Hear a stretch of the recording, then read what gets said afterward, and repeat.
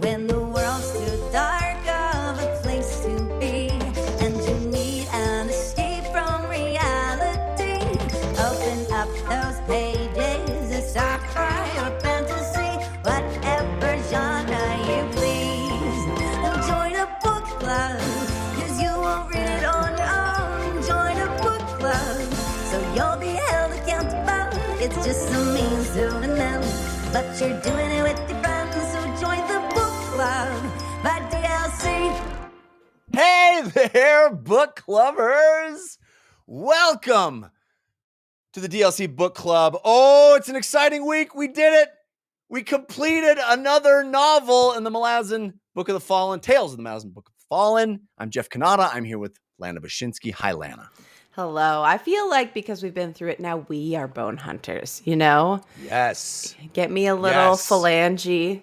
I'll fix That's it right. in the hair, but We I crawled feel through the entire novel, came out the other side triumphant. yeah, I've been making friends with rats. You know. I believe I am that rat.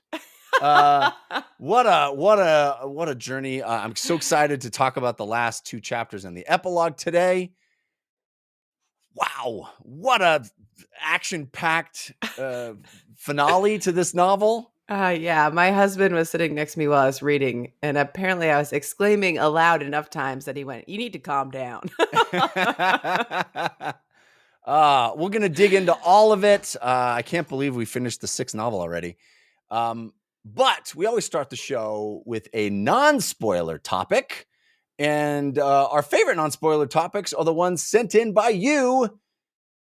And we got a great one. You can always send them in to dlcfeedback@gmail.com, or you can post them on our Discord, which is 5x5DLC on Discord, or post them as a comment on the YouTube video as well. This one was sent to dlcfeedback@gmail.com. It comes from our old friend, Tickly Gonad. Tickly Gonad writes, "Good morning, book clubbers. I hope you are great. Thanks so much for continuing to create the absolute best content. Listening to your show is like therapy to me." Aw. Thanks, Tickly Gonad. I have a topic discussion for your spoiler-free section. After spending so much awe-inspiring time in the Malazan universe, I find myself yearning for some sort of collectibles or memorabilia to display as a sign of my love and appreciation for it. Collectibles are often intrinsically linked to visual entertainment media, and other than the great-looking broken binding books that you've mentioned on the show, I haven't been able to find anything. Would you ever want to collect something other than the books? And if so, what sort of collectible from the Malazan universe would you most like to see? Great question. Great question. I love a knick-knack. I love a little something. Obviously, there's stuff behind me. My whole office is full of, I'm not going to say junk. I'm going to say treasures. Very perfect. Treasures. So, Lana. Yeah. Malazan treasures. What would you wish there would be? Oh man, that's so. I love this question because it feels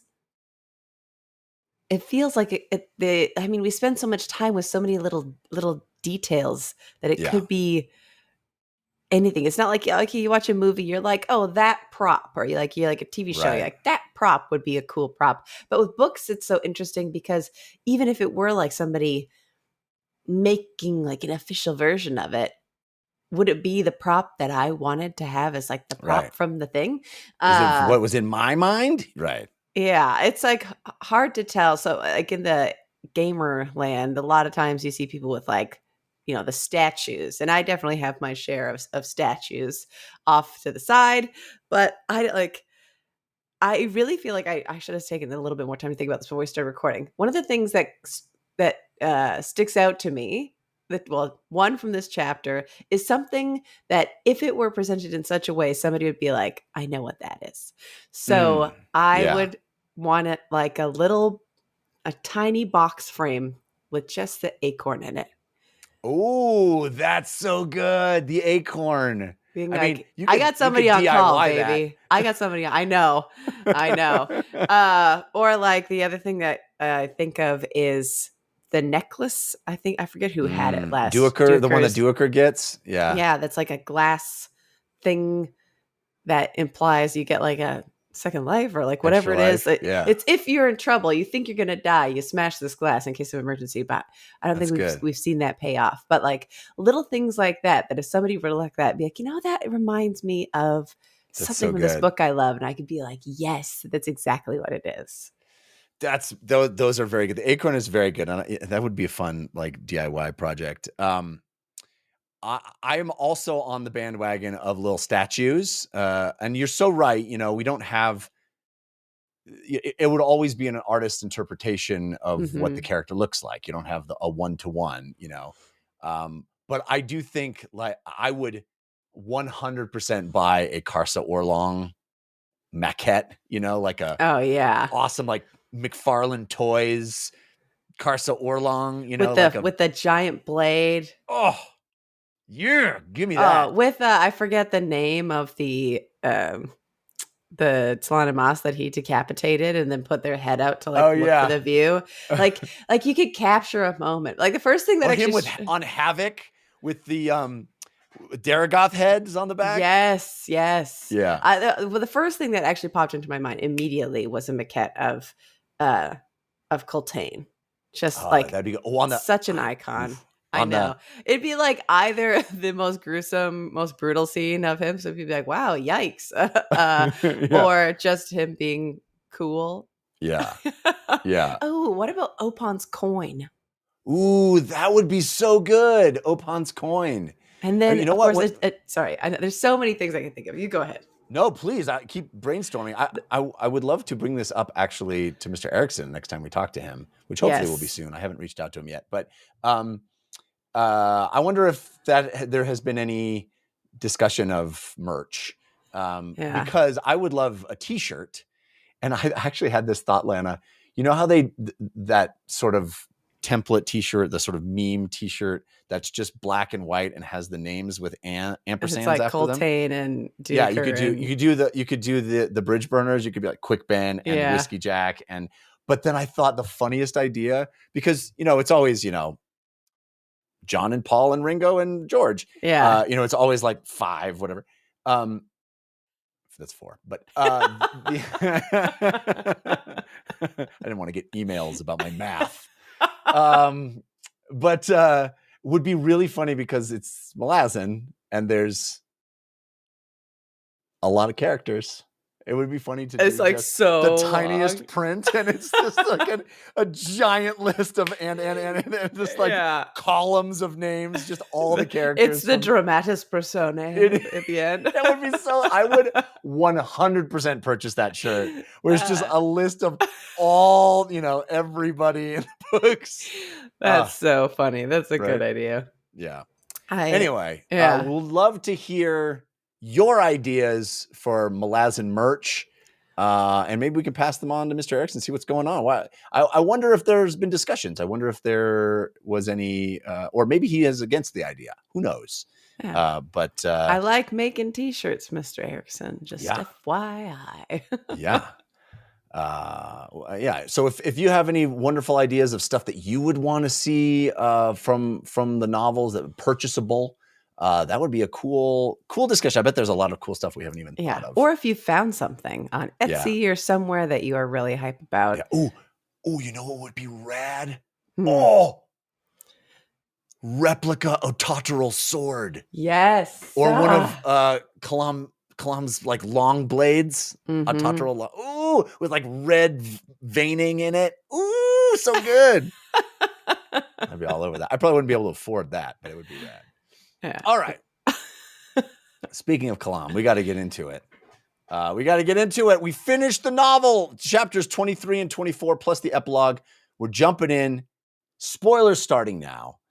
And we hit the ground running, quite literally, with chapter 23, as Kalam and Tavor and Amber are heading up to Mock's Hold.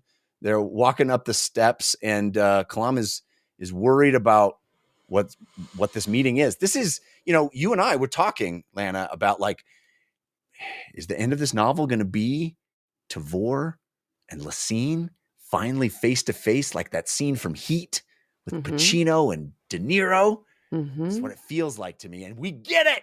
Ooh, do we get it? We get it, but we still, unless I totally missed it or forgot it or something, we never really get a description of the Empress, do we? No, I looked for that. I was wondering if we were going to get a description, if they were, but there does seem to be an indication that it's really her and not some possessed body. It does seem to be her, but Yeah. interesting that it's like her is still sort of looming ominous. Who is she? Kind of figure. Yeah. Given, I mean, we got a description of Surly she's wearing a from- glove. What? I know she's wearing a glove. She's wearing a glove. Yeah. But in the first novel, we get a description of her, right, as Surly, right, before she turns to Lucine. I think that we got a description of her in the sense that we knew that she was named Surly. Yeah. And then she became. Well, and you might be right. If we did, I did not retain the we information. know she's the species that has blue skin, right? She has blue skin, right? She's a Nepan. Nepan, yes, Nepan. I would not have retained that. You're probably right, but I believe have that no is idea. the case. We'll be corrected if not. Anyway, then we hop over to Bottle, who is on his little quest, and he's decided he's going to stop in at a distant relative's house. He meets up with a new character named Agela, who is his uncle's aunt's husband's sister. Anyway, distant relative, but she seems to be pretty magical person in her own right. And she knows some stuff when he knocks on that door. She knows what's up. And she immediately is like, hey, let me get that doll out of your jacket or out of your robes or whatever he's wearing. And I'm going to help you save the world, which is pretty big, pretty cool. We don't know anything about her yet, but she seems awesome. She seems, I mean, the fact that Bottle walks in is like, and she's clearly got the same kind of magic sense. Yeah. Like, well, it's sniffing funny it out because, immediately. Yeah. It's funny because, clearly his family, he talks about his mom teaching him the old ways. And so clearly his family has some connection to elder magic and stuff like that, magic of the holds. But he very specifically calls her out as not being a blood relative, right? She's you're married into the family. I just thought that was funny. Anyway, so yeah, we don't know much about her. Pop back over to the rumbling discontent that's starting up, this mob that is demanding the Wiccans and the other non-natives, and we have a bunch of the Malazan soldiers getting ready, standing against the mob, like literally shooting into the mob. It's pretty horrific, actually, that they're and they're even aware we're fighting our own people here. This is not right. We shouldn't be doing this. Yeah, they start prepping, I think, the explosives in this scene, and they're like, oh yeah, it's about to get gnarly. And they still have their sort of like soldier fighting sense. They're like, all right, it's time to fight, baby. But then I think it's Korik, who's like, man, we're fighting. These are our people. Right. Yeah, they literally shoot a ballista from the boat into the mob. Brutal. Horrible. Yeah. And Korik shoots a mage to cancel this casting, and it's like, oh man, this is civil war. Yeah, basically. and they're noticing that there are soldiers in the group. Yes, out of uniform soldiers in the group, which is a disturbing notion in and of itself. And this sort of bloodlust for these foreign people that are blamed for something that is completely misrepresented. The death of Coltane and the chain of dogs has been completely twisted into this propaganda tale to stir up this kind of discontent, which is then being consistently fed.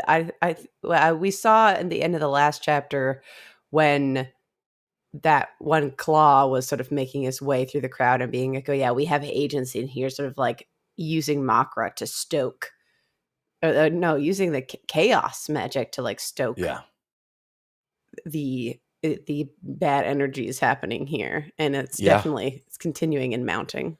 You know, I try to keep real world politics for the most part out of this, but it's a wild thing to be reading this chapter as this notion of Haitians eating pets is being brought into the public sphere.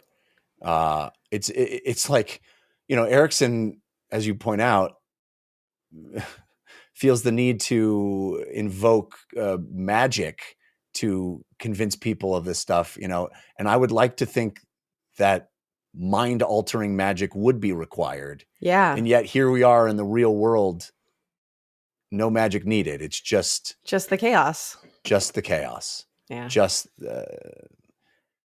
awful propaganda. Mm-hmm. But man, did that resonate for me reading this and stirring this mob to bloodlust and stirring fears and the value of truth and and the demonization of the other, you know, like they're not us, and so they do horrible things and we need to eradicate them from our midst.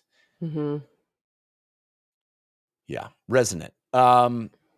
And so Captain Reinag says we're waging this pogrom against the Wiccans, and Keneb is like, you know what? You want me to remind you of how Coltane died? Maybe I'll string you up just like him, so we can all remember exactly what went down. And Captain Reinag is like, nah, I'll leave. And Korik shoots him.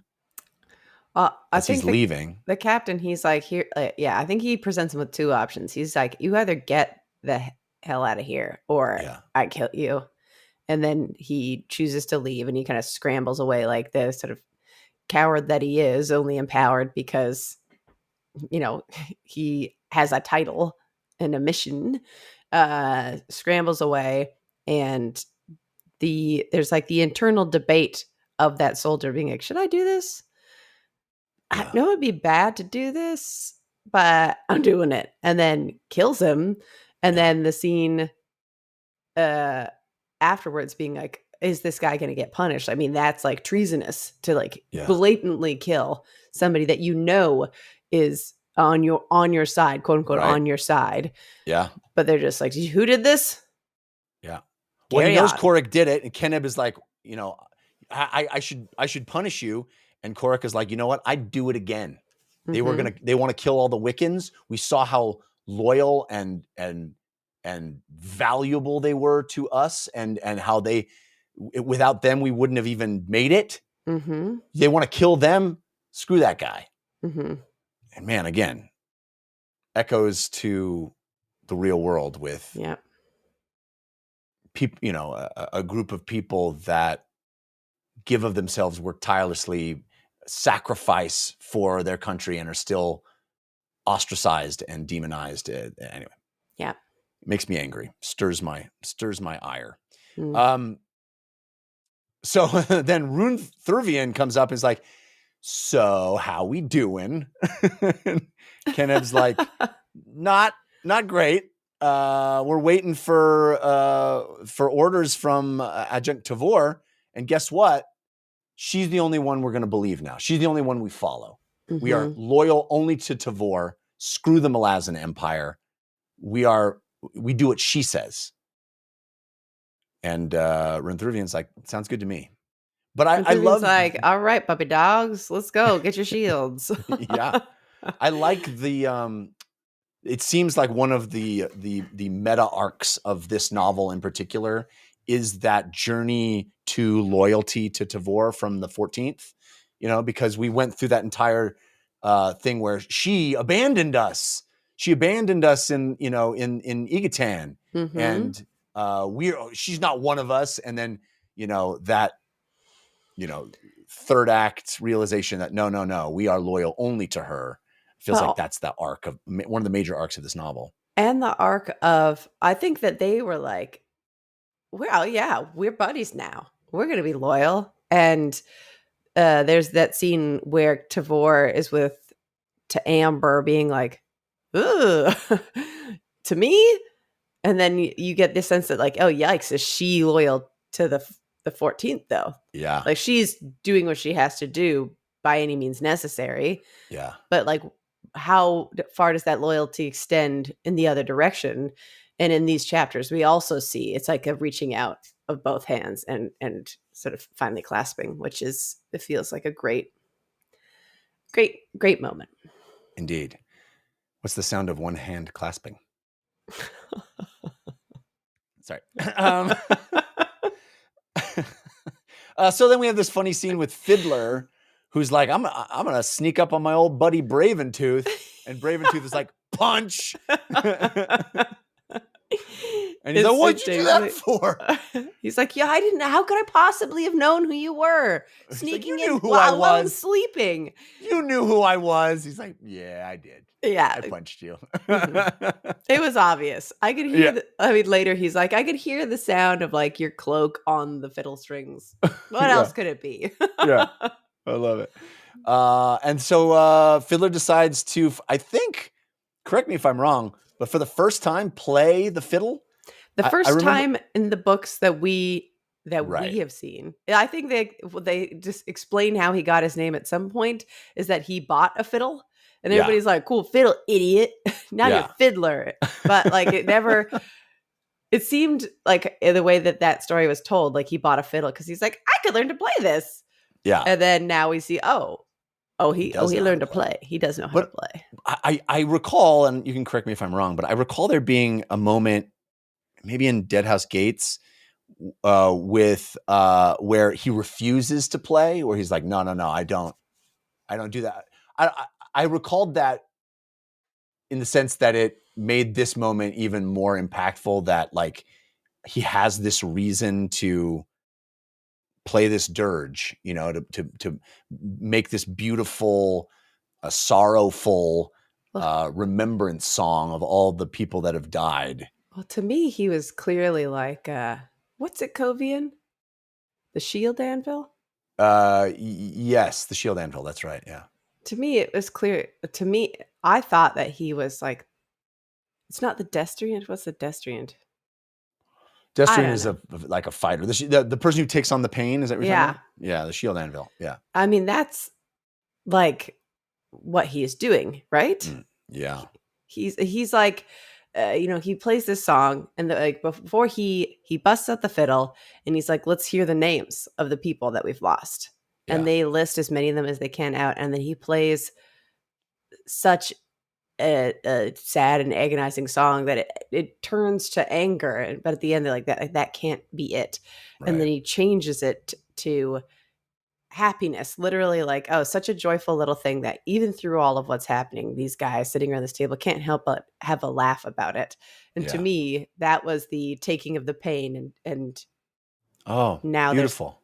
There's the happiness. So that is what that felt like to me. I love that. But also, didn't we have a moment, I think it's in these chapters, or maybe it was last week, when Stormy was referred to as a shield anvil by somebody? And I was like, whoa. Yeah. Right. Stormy's referred to as a shield anvil. You're right. That was definitely this week. That's just a different point that you made me remember, and we haven't mentioned, which I thought was interesting, where it was kind of a shock to everybody that, somebody, I can't, who it was. Somebody it was that one would of have, the parish. One of the parish referred to Stormy as the shield anvil. You're right. I forgot that Stormy was called the shield anvil. When Fiddler was doing that, I was like, this is what's happening. Maybe there's two different houses here. Well, it seems like they're all the same one to me, though. I think it's a beautiful notion regardless. I don't mean to make that a point of contention. I thought it was interesting. Anyway, okay, back to Kalam and Tavor and to Amber walking into Mock's hold. I love, again, we get the recalling of the weather vane on the top of Mock's hold, which again is the very first paragraph of the first novel. I loved catching that. A lot of description about the layout. Yeah. I'm like, I wonder if that's going to be important in a minute. Yeah. So they, they pass the guards. It's all kind of creepy and antagonistic, and everybody seems like we're all on the same team here, right, guys? Nope, we're not. Meanwhile, the Red Blades are like, stay back here. We're not with them. Yeah, exactly. And they walk into the room, into this meeting room at Mox Hold. Empress Lysine is there. Malik Rel and Corbelo Dom are there on either side of her. And there's seats waiting for this crew. And Tavor sits down to Amber at her left. And Kalam's like, I guess I'll take this seat. I don't want to be this guy, but I guess I will. I liked it because I think the implication would have been that it would be Tavor to Amber and Tene Baralta. But Tene Baralta's like, no, we're standing over here. This is not our crew. And then so Kalam sort of, to me, that was very symbolic of, yeah, we're here together now. In like an even more overt way is the fact that he took that seat at the table next to her. Yeah. Anyway, the next scene, this scene as it plays out, super tense. I thought it was pretty interesting.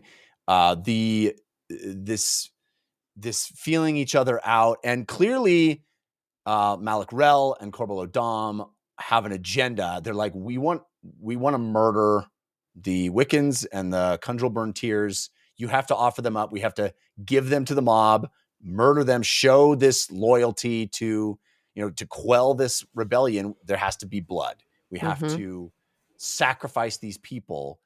And you have Tavor push back on this, but she sort of realized that she's in a losing position, it seemed to me.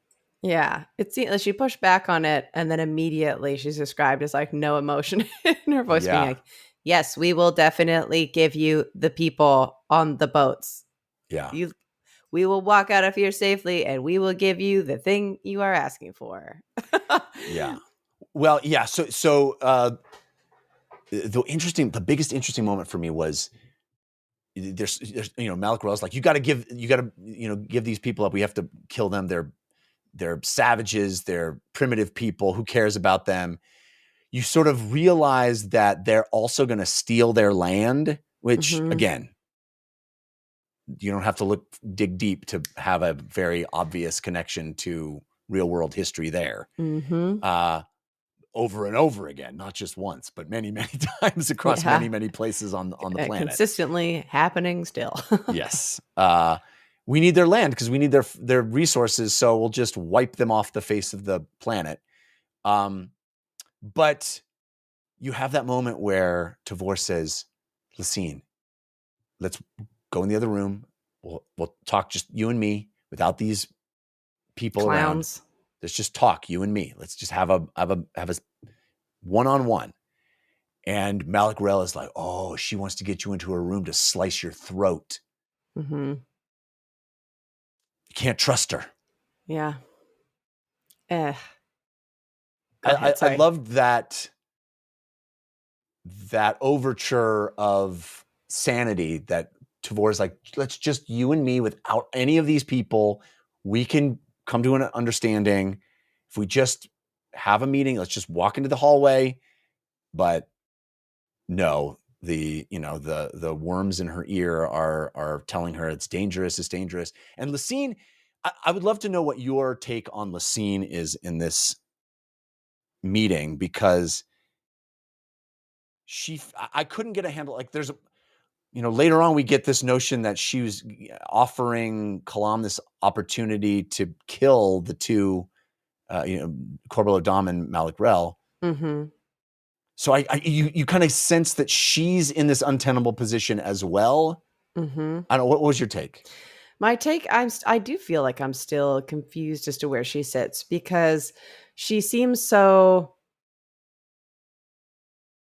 like distant that she almost seems coy. Like she's like, I know what this looks like, but there's something happening. But then it'll show, Kalam will be like, did you not think about these things? And then it shows that she has like a flash of fear in her eyes, something that they've never seen. But then she'll be like, working around to try and do certain, like implying you can come kill these two bros if you just come back and do this thing or whatever it is. So it's like, seems like she has plans and plans, but it doesn't seem like she's prepared for anything. But even in her being like, adjunct, you are my right hand, you are the Yeah. extension of my will, I have no regrets, you are the person, I need you by my side. Right. Even when I felt like Malik Rell was like, it's dangerous, I didn't feel like she was like, yeah, it's dangerous. Like, I didn't it didn't sound to me like he got to her, just that she's like trying to be political and like make it through this conversation and not burn the bridge she's trying to extend for whatever plan she might have, which maybe it is just like those lands. And she specifically talks about like needing, like, the reliance on foreign lands has not been good for them because they're too overextended, whatever. Right. Like, I cannot tell how much of it is her being subtly manipulated or her just needing a means to an end. So I can't tell. The only thing that was, I mean, the flash of fear in her eyes, that I think was a very telling moment. And just that she does not have full control, or she's not thinking through every circumstance. Yeah. We have that awesome moment where Malik Rell is like, we gotta wipe out these horrible savages, and Tavor's like, oh, like your people were wiped out? Mm-hmm. Ooh, Most people don't know about that. It's kind of deep history, but that's what happened. You're like one of the only survivors of your own, the Gistal cult. Mm-hmm. And he's like, turns pale. That's private. Yeah. Actually. Yeah. And then Lucina's like, all right, enough of that. We got to do it. Are you going to do it? And Tavor's like, yes. I'm definitely going to do it. I just need to like run to the boat real quick, because like they're expecting me to come back real fast, and so I'm just gonna go I'll check in with them, and then we'll be right back for the whole sacrifice of an entire people's thing that you guys want to do. Given the angry mob that you have co-signed effectively, I'm pretty sure they're only gonna listen to me. So I'm just gonna go check in and be like, you have to give yourselves up to the mob. Just BRB and just hold that thought.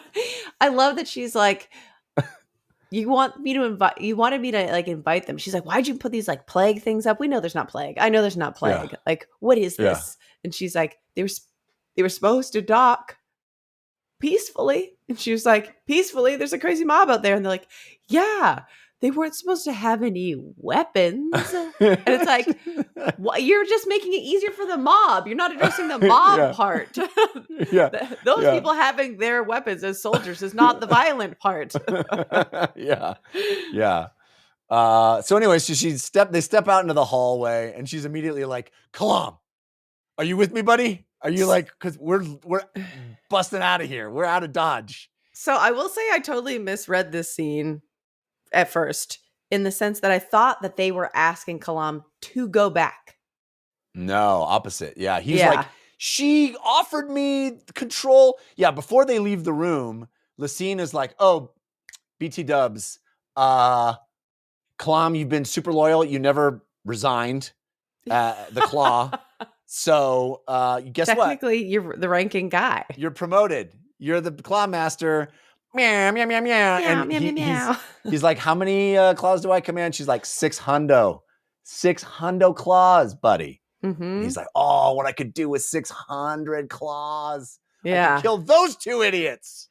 The tension of this scene, of them being between these two doors, and honestly just feeling like at any point in time, somebody could have just opened the door and been like, you're still here? Just get him. We hear everything you're saying. This like whisper fight in the hallway. I love, by the way, that the entire time Kalam is got his eyes closed and his head back on the wall. I have such a visual of that. He's like sweating, and he's just like, all right, explain to me again why this is a good plan. It's just so good, you know? Yeah. I thought that they were agreeing with Kalam for a while that like the best thing that he could do is go kill those dudes. And he was like, I would really rather go with you. and like that's like what I care about. And like, yeah, I could go do the claw stuff and that could be helpful, but like, you want me to go back in that room now with those people? I got the sense that he so clearly wanted to go with them. No, But opposite. yeah, I It don't was know. the opposite, where he was like, she's offering me power right now, and you want us to just run? Like, Mhm. what are you talking about? I can eliminate the problem. The problem are those two guys. Yeah. I have 600 assassins. We murder them, done and done. Yeah. And Tavor, actually not even Tavor, to Amber. Tavor is like turned away, and to Amber is like, guess what? If you murder them, we go down. And if we go down, way more people die. And he's like, explain that to me. And she's like, I will not. Yeah. So he has to just like take it on faith.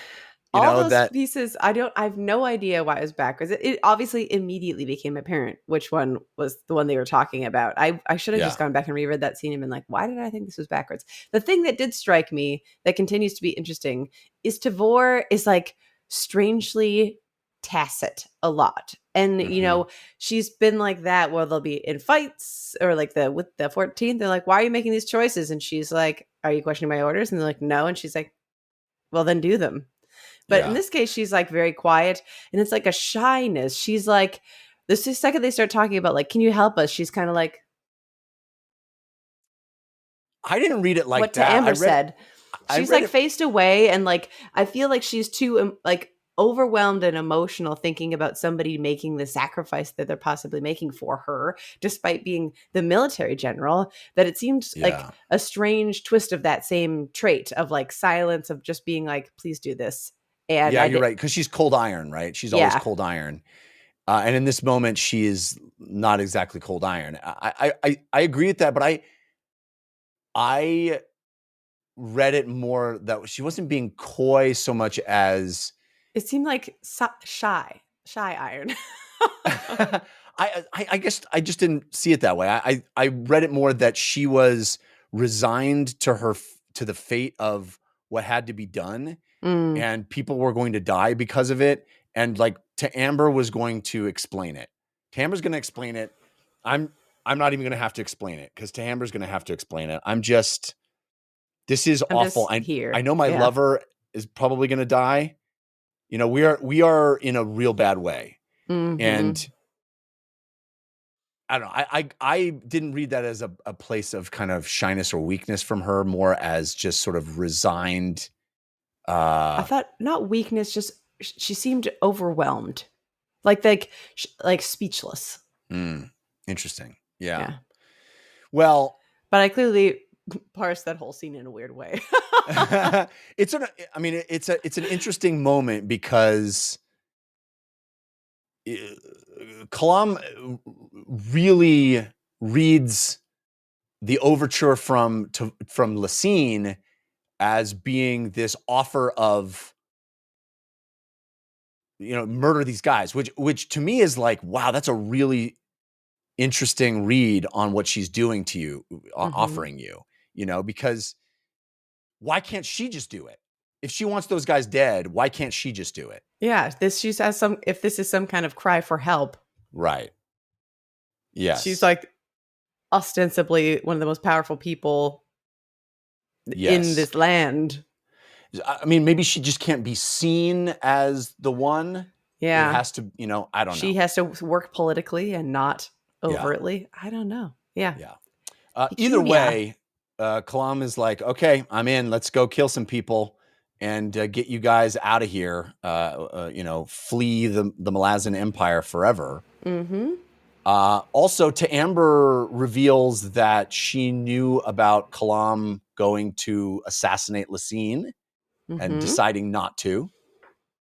And she's like, you see, you did this and you made a choice. And he's like, yeah, but she like wasn't even there. And she's like, you knew that, huh?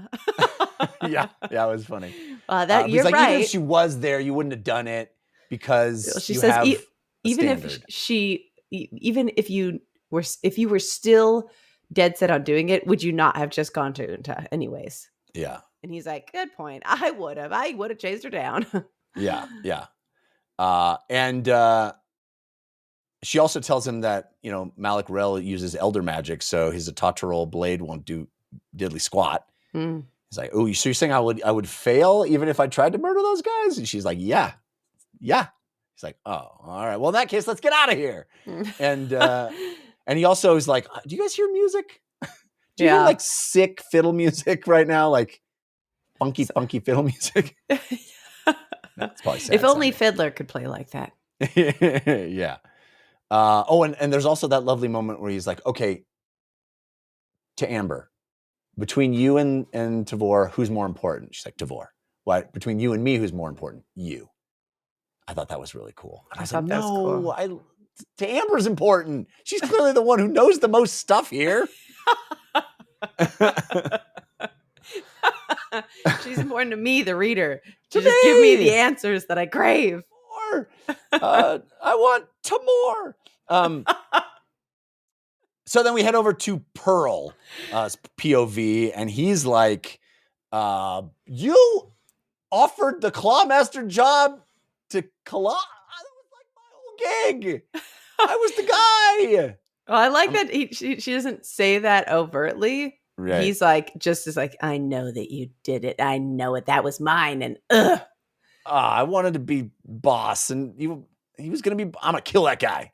Mm-hmm. In the most pettiest way, and I don't care about any rules. Yeah. It doesn't matter anymore. My girlfriend's dead. What does it even matter? Yeah. And Malik Grell is like, hey, I got a job for you, Clawmaster. And he's like, I like the sound of that. He's like, I want you to kill Nil and Nether and fist Keneb. And don't even worry about Quick Ben. I know he's there, but like that dude just does illusions, and like illusions are so lame. They're like, he's like the greatest illusion of all is that he's pretending to be this high mage. Yeah. He's basically has no power. Yeah. Which I'm like, what? Malik Grell? That's a bad take, you know? Bad well, hot it take. Actually made me be like, is it a bad take? Everybody thinks Quick Ben is so important, but like the biggest thing we saw him do was do this big illusion, which then was, bolstered by the aerosol, making it more real. Maybe all of his like, look at all my warrens is also just an illusion. What if everything that we think that he is all just all illusion? He's like, yeah. He's like an old school magician. I think it's possible. That's interesting. All right. So then we have this moment with Lestara Yill where Ten Peralta is like, I've always loved you. And I was like, oh, that came out of nowhere. It's more like, I always thought we'd bang.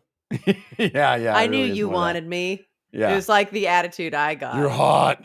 How quickly he went from like, I thought about us to being like, my love. I was like, all right, that's a little, moving a little quick there. Yeah. I think Lestara thinks so too, because she's like, shank. Slice. How about a little kiss to your neck? And by kiss, I mean stab. I'm glad his story was short and sweet. That guy. Yeah. Not my fave. Yeah. Real jerko. Mm-hmm. But then we find out that was one of Cotillion's assignments was to kill that guy. And she's like, I only got one more to kill. Or no, I'm sorry, that's absolutely I'm confused. No, but she was Cotillion was right about Ten Peralta. She was he told her. Yeah. All right. So back with the Malazans, there's more fighting. They're trying to protect Nil and Nether. Nether's like, Bottle? Are you there? And the Korik and the team are defending them, and Nil and Nether bow to them, and no one's ever seen them bow to anybody before, but they're grateful for being protected. Meanwhile, everybody hears Fiddler's music. It's a loud fiddle. He's got like a hooked up to an amp. The acoustics in this city are crazy. Like you would not believe. Moxhold, more like Roxhold.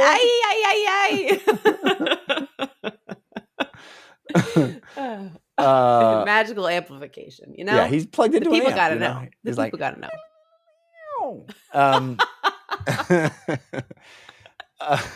That noise with this action is so funny. Yeah. So then we head back to Kalam, and they're heading down these steps. They're trying to get out. Lubin's like, this way, guys. And we get the action starts really picking up here. And Ooh, we it's have so extended action.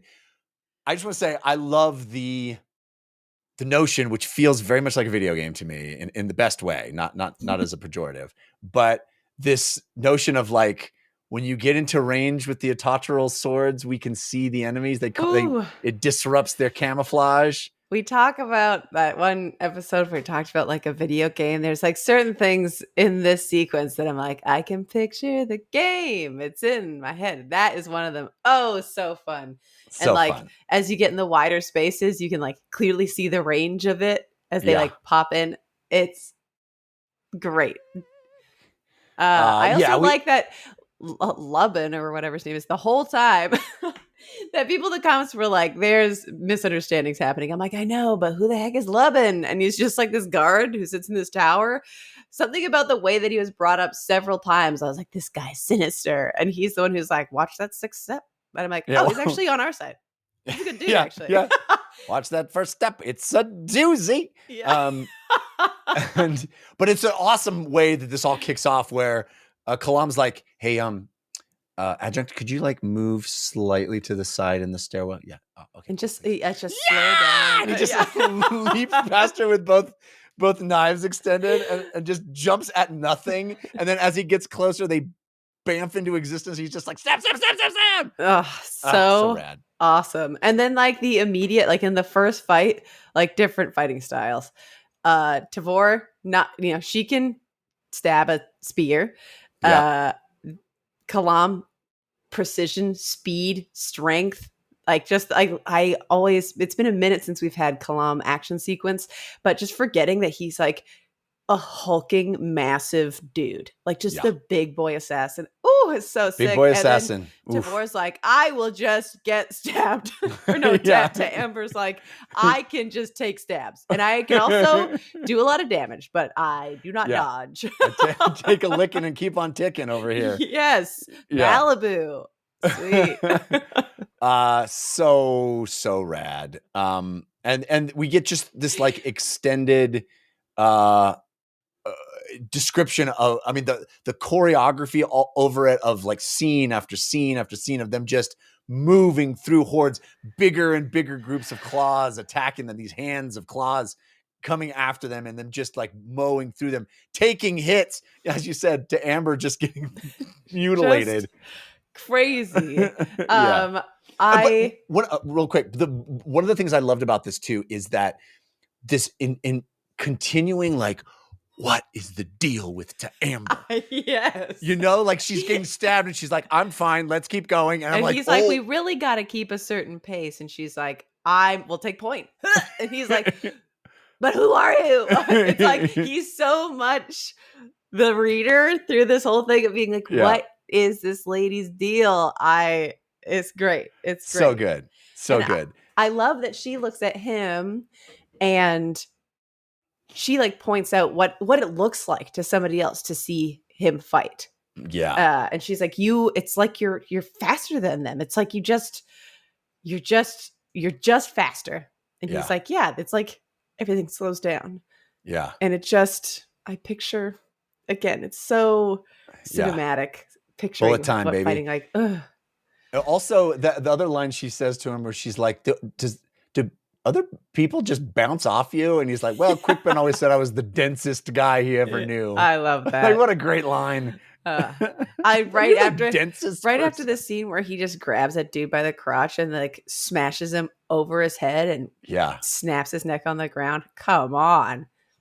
A+. I love the densest person I've ever known is such a, like, it could be taken as a total insult. Double entendre, yes. Yeah, it's very funny. It's so great. Beautiful. Yeah. Anyway, so they also arrive, and we get this little tidbit of awesome backstory where they arrive at the Well of Plenty, which was Kellenved's like access point where he came into Mock's hold when Mock was still owning it. And Mock, evidently this rad pirate who had 20 years of plunder stored in his hold, and Kellenved just came in, stole all of it, and that's what funded the beginning of the Malazan Empire. So awesome. But they're like, Kellenvet did this? And they're like, well, probably Dancer. But Yeah, his planning, his plotting. sick. And then, you know, we kind of cut back to Pearl walking through, seeing all the dead bodies. And there's also this wonderful seeding of, you know, Kalam and other people coming upon bodies that they didn't kill. It's like somebody else is killing people. What's going on with that? And they said that they're... Oh, go ahead. I have to say immediately, I was like, I bet that's Absalar. I bet that's Absalar. The one time I've been ahead of things a little bit. The entire history of reading these novels. Yeah. I love them looking at them like completely eviscerated to bits, being like, I guess they killed each other. Yeah. And I'm like, so thoroughly? I know. I guess one guy just got chopped all up and then he managed to chop the other guy all up. I don't know. Yeah.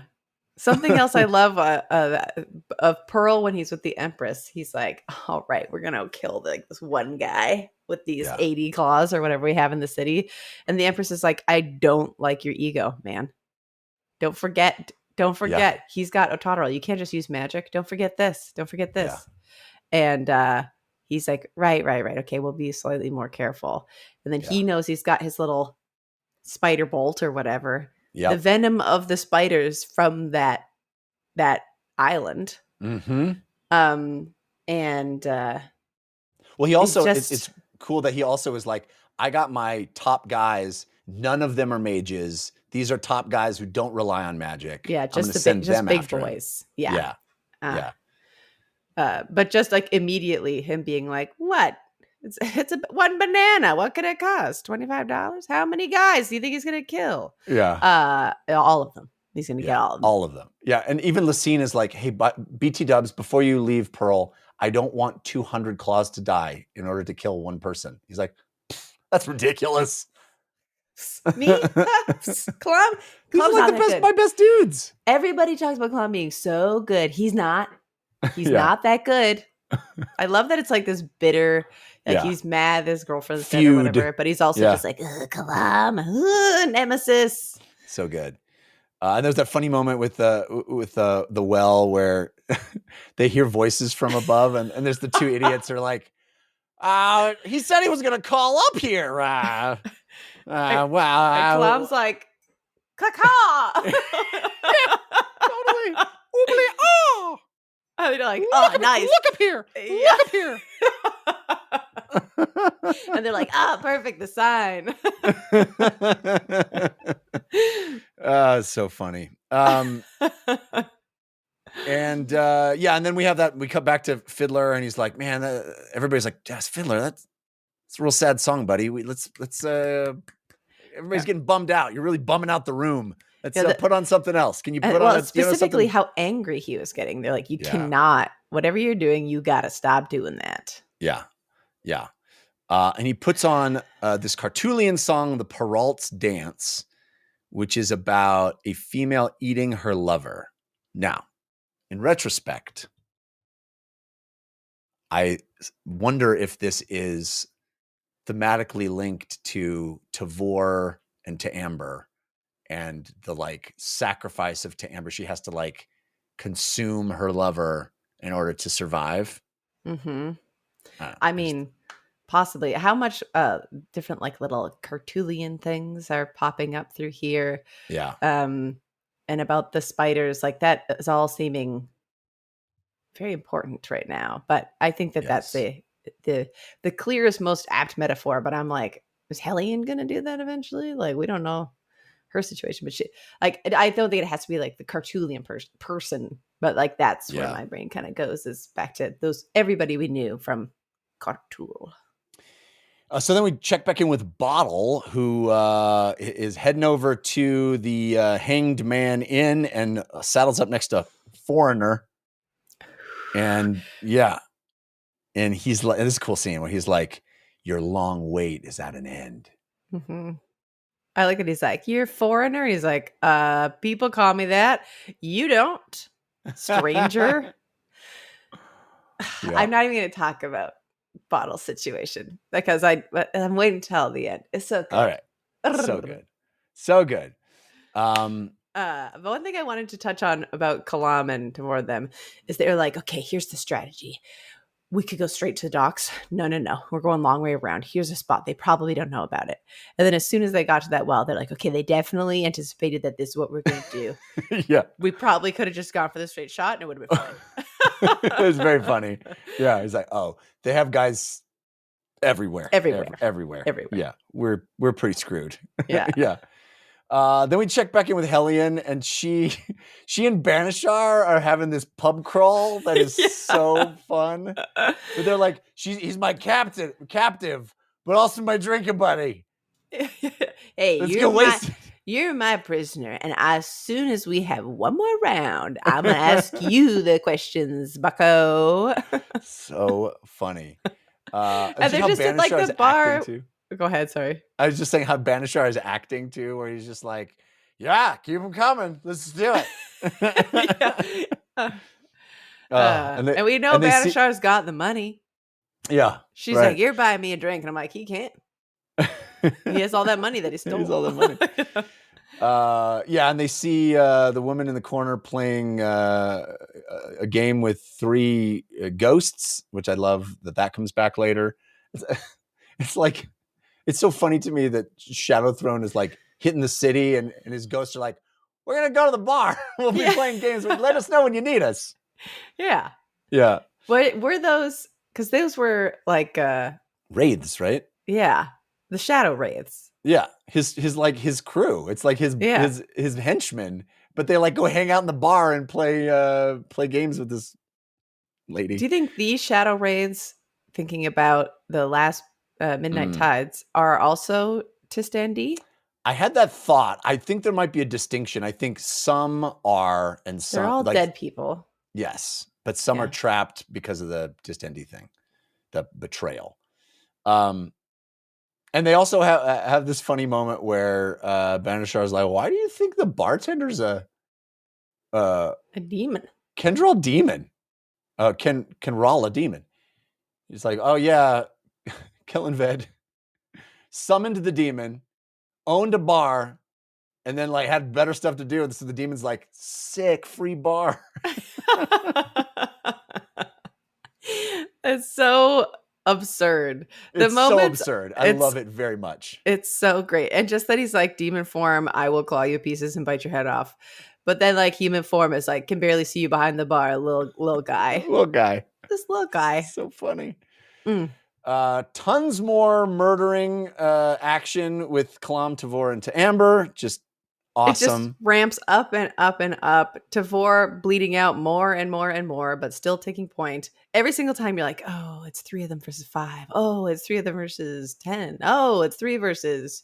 Yeah. I think it's like 12 of them are in the alley. And then it's like, okay, now there's 60 of them following us. And now we run. Now we just run. Yeah. Yeah. And I love how Kalam starts with like, hey, to Amber, you really got to take care of yours. Like, she's not going to last too long with those wounds. We got to. And then by a certain point, he's just like, yeah, no, go. You're just take point. Yeah. You're awesome. I don't understand it, but go on with your bad self. Mm-hmm. They have this, they're just running through the... Oh, so rad. So rad. And then Lestara Yill bumps into Grub. And we have this Grub, just always the creepy child who's like, I know things. Come, let me show you your sadness. It will be better soon. Come with Grub. This is like the most full sentences we've heard him say in a row. Yeah. He's like, walk this way. Take my hand. You're going to be so sad. You're going to be fine, but you're going to be so sad first. Yeah. I don't know if we immediately get that payoff. No. Oh, no, we don't. Yet. We definitely don't. Yeah. But they notice, lots more bodies. And he's like, you got to come with, she's like, we should get out of here. He's like, no, don't worry about any of that. Come with me. I got something you need to do. And then Kalam's like, all right, screw this. I'm using my acorn. I'm using my shaved knuckle in the hole. Before that, they get to like this bridge. That under the bridge is basically, I think, like a river of sewage. It's like a normal river, but they used it as their sewer system. And he's like, Adjunct and to Amber, you get in the water here and you go, and I'm going to lead them away through the mouse district using the I know that ruse. like the back of my hand. And he also knows he's got his shaved knuckle in the hole. Quick Ben is going to be able to come and save the day. So he sends them off, and he's like, all right. Yeah. And Quick Ben. Yeah. And arrive. And save my butt. Yeah. And then we cut back to Quick Ben, who's like meditating on all the different possible problems surrounding him, all the different areas where he could go help that thing, and it would probably be better than it is. But he's just sitting there kind of listening, and he gets the summons. But what we actually hear is what is it? The voice of sibilance, which I assume is Kellenved's voice. Yeah, Shadow Throne. Yeah, Shadow Throne being like, time to pay you a favor, buddy. And like snags him. And we know he's not coming to Kalam. And Kalam waits like a little less than a minute before he's like, well, that's the problem. It doesn't always work. Let's go. And like scampers up to the roof and sort of continues this great chase. When he gets up there, I just love that he consistently sees like rings of assassins.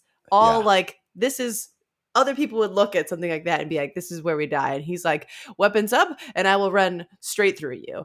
Yeah. Just boulders them down, leaps over this roof. I think 9 of them follow him over there. And it's all the physical assassins that Pearl is like, as soon as we get to the fight, he realized it becomes clear that they are the assassins that Pearl was like, these are the physical guys. They're not using any magic.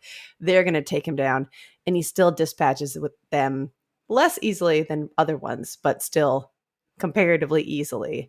Well, Pearl is watching horrified. Some of those descriptions of the takedowns where he's like, he stabs the guy in both forearms, pulls his arms apart and headbutts him. I pulled that as a favorite quote. That scene. Oh, you do? So okay, good. Awesome. It's so awesome. And then, of course, he leaps at the big guy, drives his full weight into him, breaking the roof of the building. So rad. And then, of course, we have the fateful moment where Pearl is like, screw this. I'm taking him out. I'm taking him out in a way that breaks the claw code. But who cares? I want him dead so bad. I'm going to shoot this poison bolt at his arm. So bitter and so jealous. And honestly, he's like so impressed by being like, I can't believe he just killed all those guys so easily. Those are the best guys. Those are my best guys. And there's one dude who's like, I'm not dead. So he's like, moves his little cap and he's like, ka-ding, and just shoots his little wrist bolt at him, which has the spider poison on it. And then I love how instantly the one claw that was next to Pearl still was like, that's despicable. That's despicable. He goes, you are a jerk. You are the kind of jerk that would shoot someone in the back. Anyway, I'm leaving and turning my back to you. Jerk. It is pretty silly. And he like throws his swords down. I'm like, I still think you'd want to like keep your swords. Yeah. But he's like, I'm going to turn my back completely weaponless. Yeah. And then he's I got 2 wrists, baby. Too bad this is the quick poison because you deserve a slow death. You're the kind of jerk that would shoot someone in the back just because they insult you. Jerk.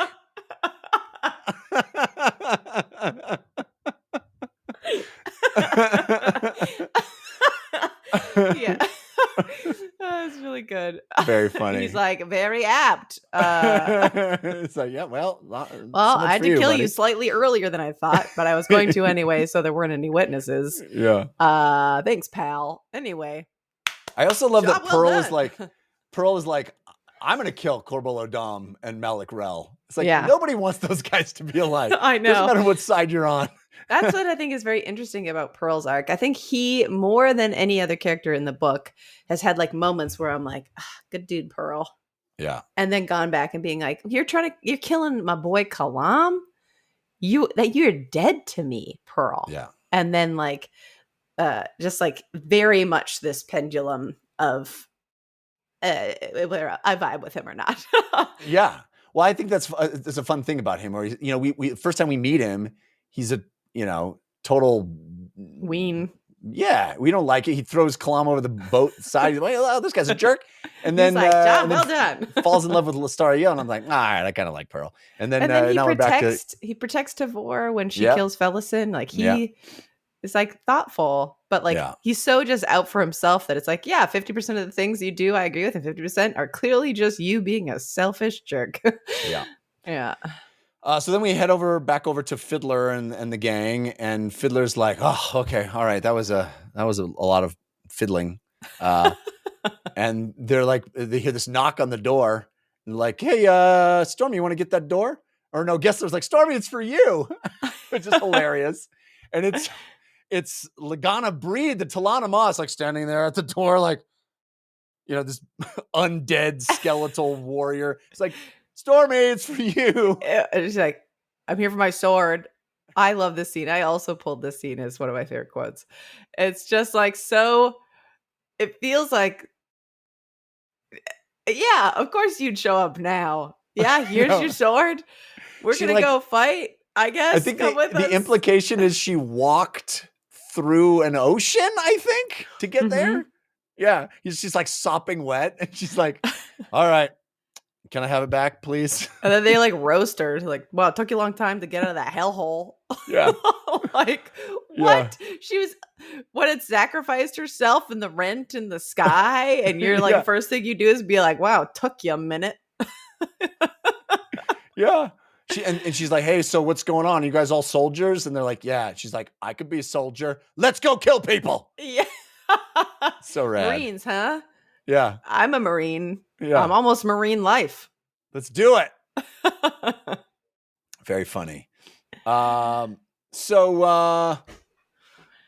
then there's more fighting with the soldiers. And then we have this mysterious scene where a cloth-wrapped figure finds Kalam's corpse, pulls the bolt out of it. And then the ghost of that dude, which is so awesome. Yes. I love the dude who was like, screw you, jerk, I'm leaving. He's like, his ghost is there. Is like, you're never going to believe what happened. The jerk killed me too. He's like, there's actually tons of poison still on there. If you wanted like a sick revenge. I think the only reason I'm not like dead is to tell you this. It's so great. So great. I love how Pearl's like, screw you, buddy. Funk. And that guy's like, I'm going to stay here until somebody comes by. Somebody's gonna hear about this. I'm so mad. And of course, it is Absalar, who is the cloth-wrapped figure who has been laying waste to Claw as she's moved through the city herself. And then she arrives at she finds Pearl. He's freaking out because the other Claw think the Shadow Dancer is coming. Mm-hmm. And so he's like running.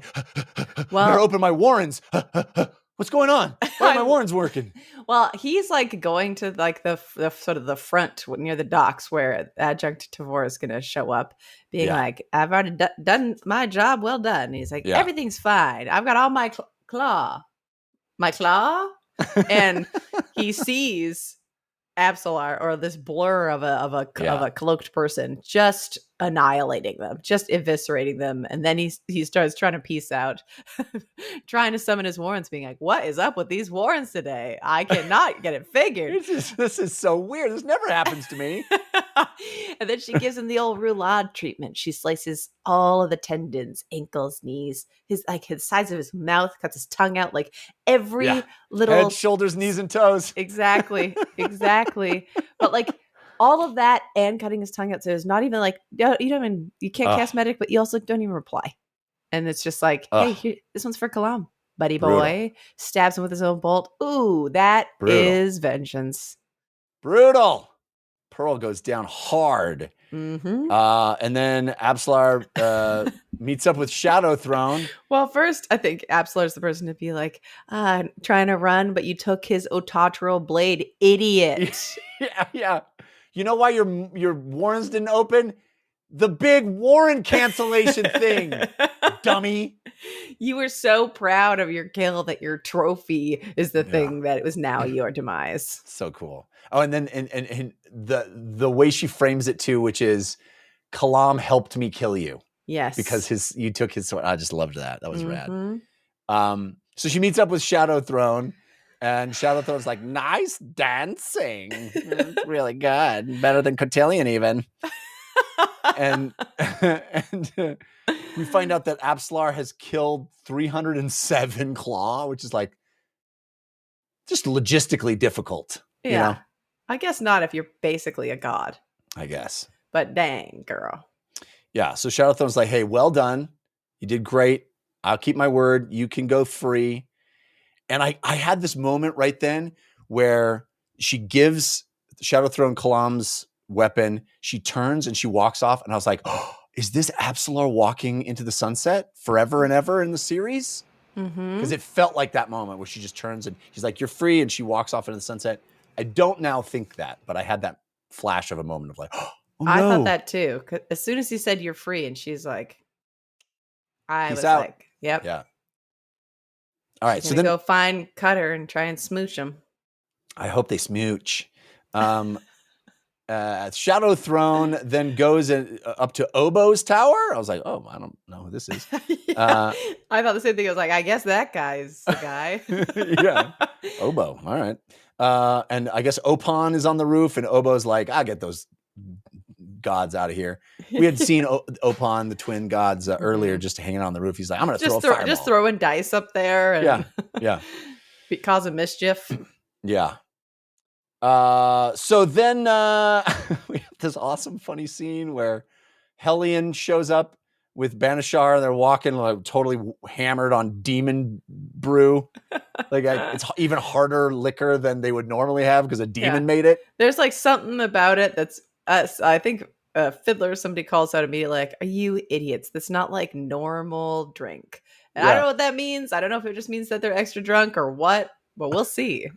She walks up to Lagana Breed and is like, Fiddler, you look terrible. This undead bony giant. It's like, I'm over here, dummy.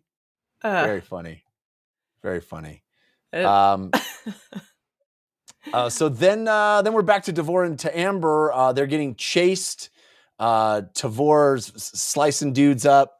Amber's slicing dudes up. They weren't getting chased. They were like in, and they're like, I can't believe they haven't found us at all. It's like amazing that Kalam put us here and we were able to like travel so far.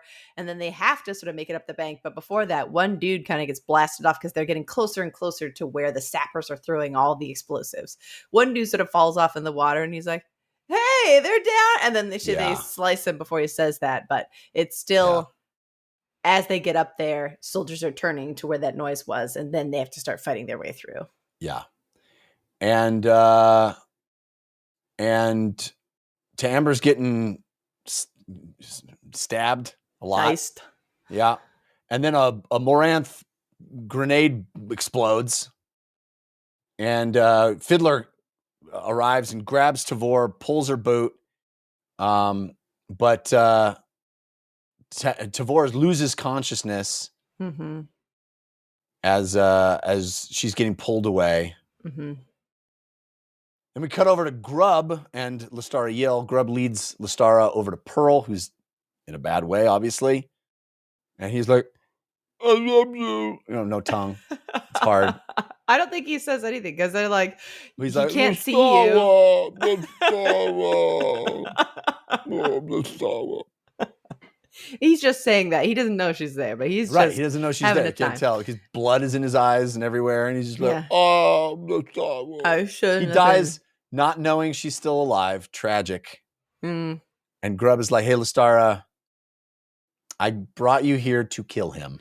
Yeah. You got to put him out of his misery. Because the poison they like need the blood to like keep functioning, so to like, keep the person alive as much as Ugh. possible. But like, Ugh. ooh, that's brutal. Brutal. Yeah. So she gives him a quick little stabby stab in the spine and ends him. And then Yeah. it's like, all right, where's our next errand? And they keep Yeah. going. Well, they see the aerosol Oh, right. From a who distance. crouches next to Amber's body and like gives her a little kiss as a thank you. I think it like they see like glowing light. To Amber is like fallen. Yeah. To Amber's body starts glowing with golden light, golden Right. dust powder. Well, we'd and seen at first, gold in her eyes. Like Kalam had noticed gold in her eyes a few times. Yeah. So the aerosol, I guess, was possessing her this whole time. Gives her a little smoochy smooch and is like, now I need a new body. And Grub's like, hey, that's you. And she's like, what? And he's like, you gotta be there for Tavor. And she's like, I'm done with lovers, kid. And he's like, not like that, pervert. Yeah. You just gotta be there for her. And she's like, huh, what? And I guess the assumption is that is just true. Now she is the aerosol.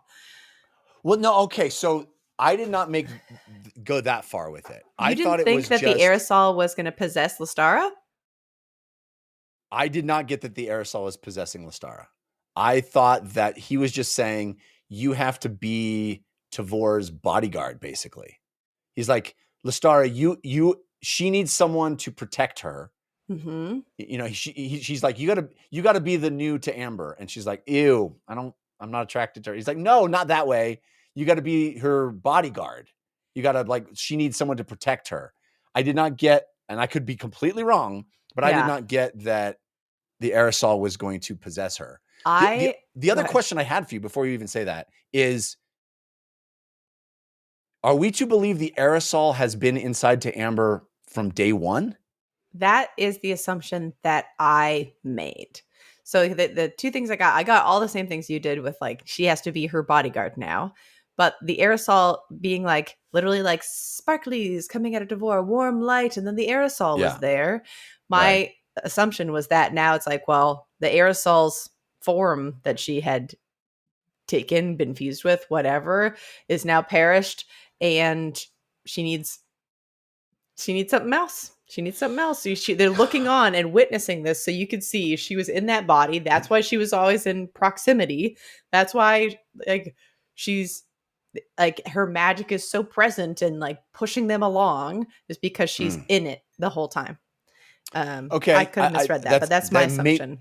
May very well be the case, but my assumption wasn't that she possessed or that the aerosol needed to Amber in any way, just like she doesn't need Bottle, but she just like gives them a +1 whenever she feels like it. Yeah, I didn't assume that it's like possession, like now Lestara's mind is not her own, but I definitely pictured it as possession is like, now there's two minds, one body.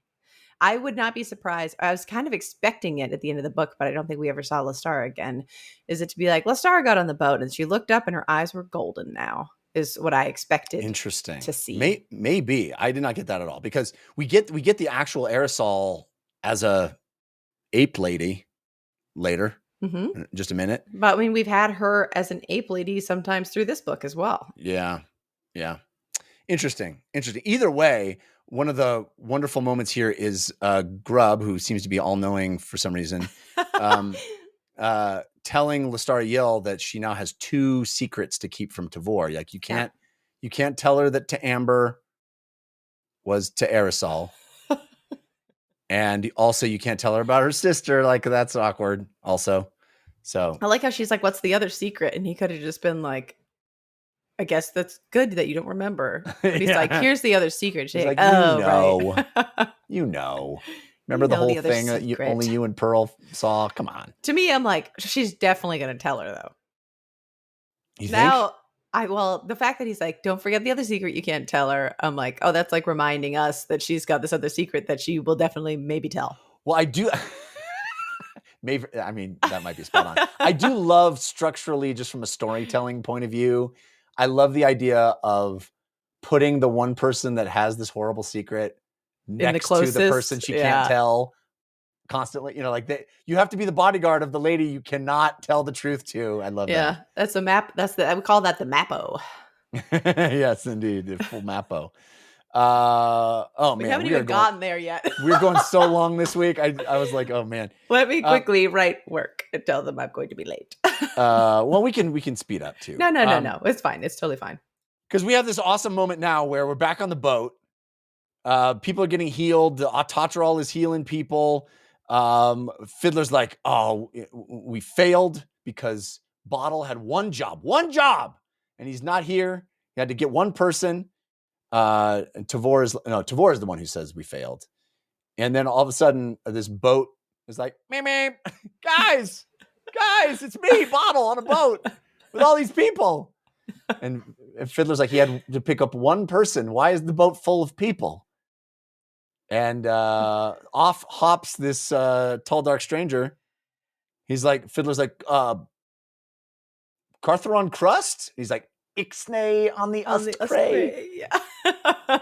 Which I loved that. This is I was like, okay, Cartheron crust and like what? Like I guess like his crew. That's cool, I guess. Yeah. But then we see finally the foreigner appears. Well, I was a little confused. I was like, is the foreigner Cartheron crust? Well, yeah, because I at first, at first, and then I was like, oh, then they described the other guy with the scarred arms, and I'm like, this is it. Who are you? I've never been able to place you, and I feel like I should have been able to, and I still feel like I should have been able to. Completely unexpected for me. With all, and like him being like, and my wife, the lady from the island. Then they have managed to, like the end of the book, what we saw, they had that boat pull up to the island. Mail's like, come to take you out of here. Mail gave him the boat. Yeah. And the last thing he's like, 1 second. He went like kicked over the crippled god's tent, was like, get out of here. And then they scrammed and now they're here.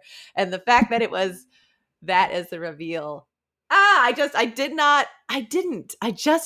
either. It's a really, really fun reveal. A really awesome reveal, because it also means that Tavor and to Amber somehow knew about Withal and set this all up, knew that the one guy who could give them inside information about the crippled god, the one guy that had been hanging out with the crippled god, made Rulad's weapon. Yes! Was spending so much time with him. Come on. He's the one guy they can recruit to their side. It's Hunt for Red October, baby. I've never seen that, but yes. Hunt for Red October is about the top Russian captain going to the other side, like coming over to America, trying to, it's so good. So they got Withal on their side.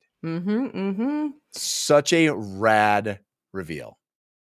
It's so great, and it felt like these worlds that we read as very separate worlds are now. The book continues, but like these last couple chapters really felt like those last blendings of like, you heard about this and you heard about this, and now here they are coming together. Whew! Yeah. A convergence, one might say.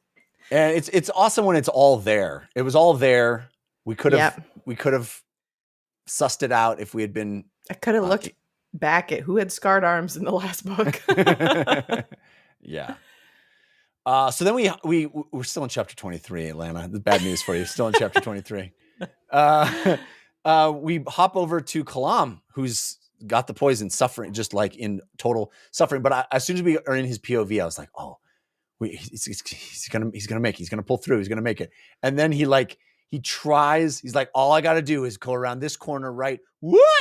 It's not the corner's not there. He's like, I knew there was a wall. There was a wall. There was supposed to be a wall here. And then it's like he's gonna give up.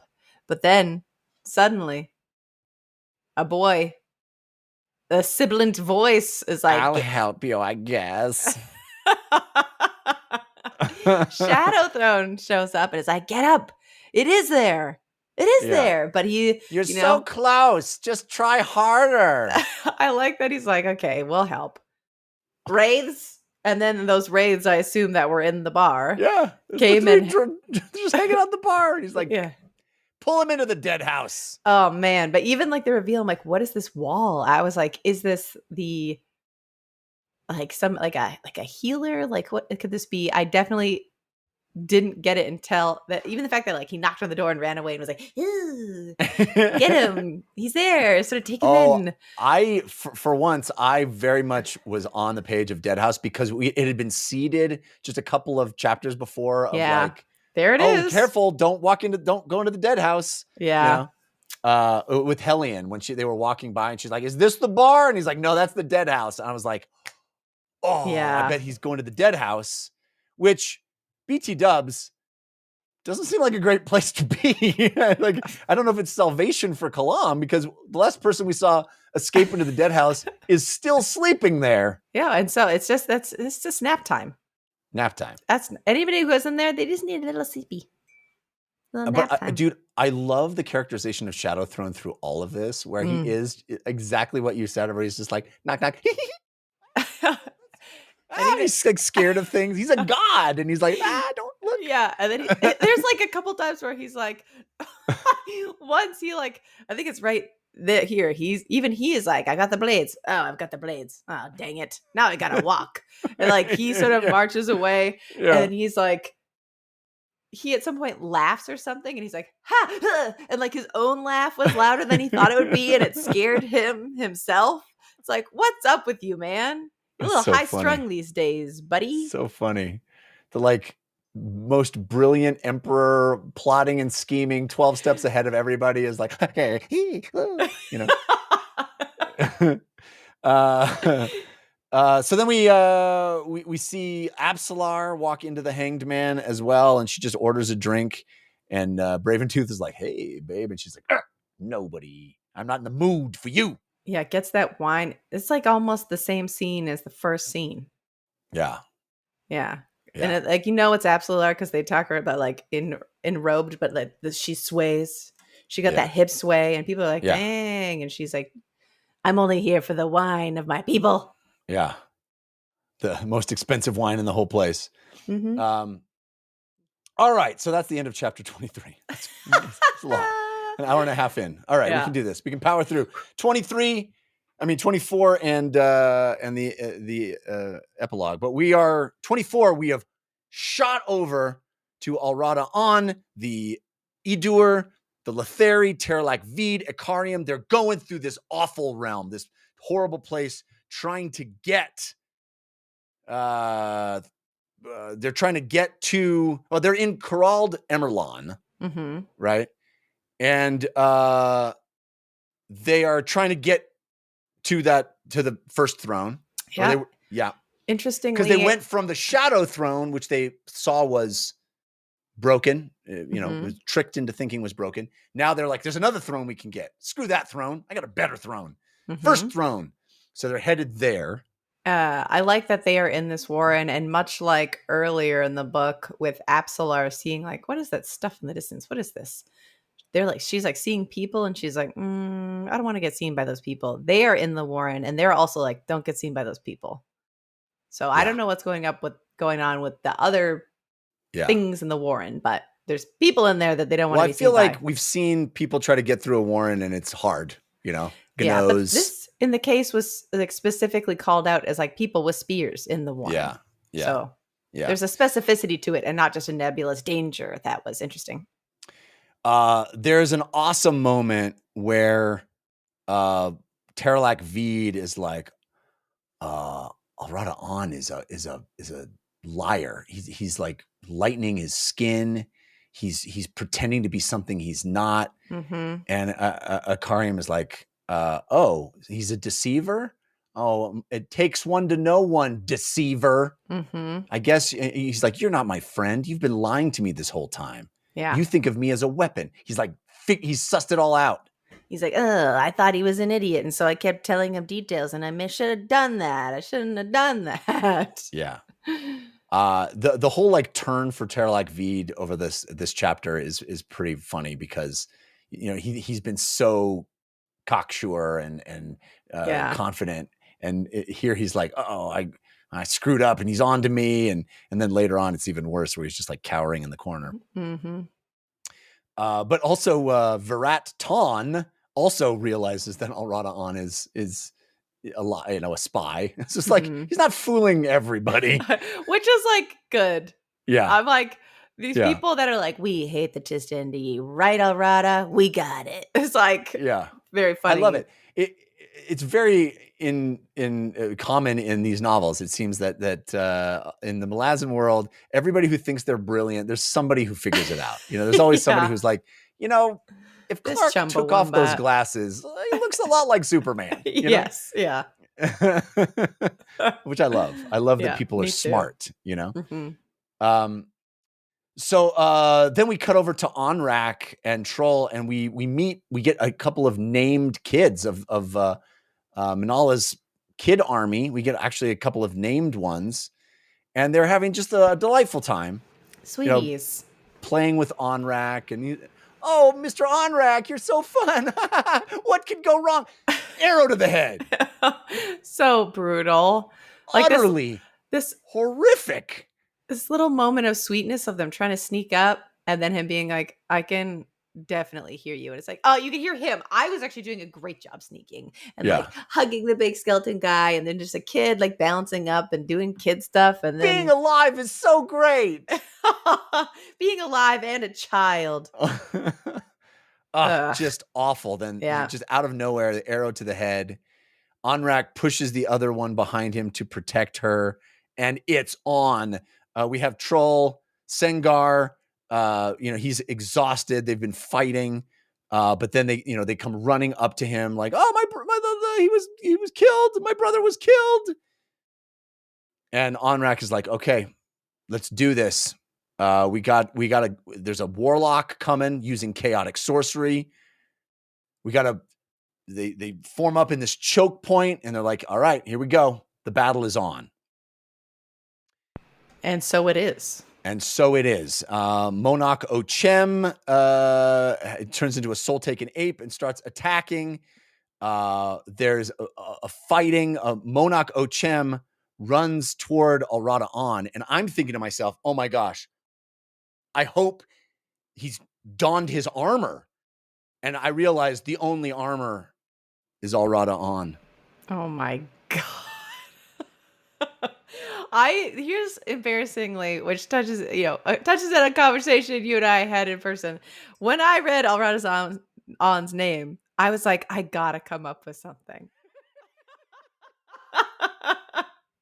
And even not anywhere near this conversation, I still did not. I hope he's wearing armor. Oh, armor for his sake. Alrada On. Oh my God, Jeff.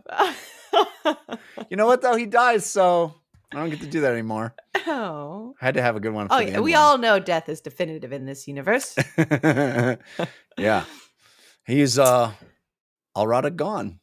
Stop. Oh my God. So the fight. All right.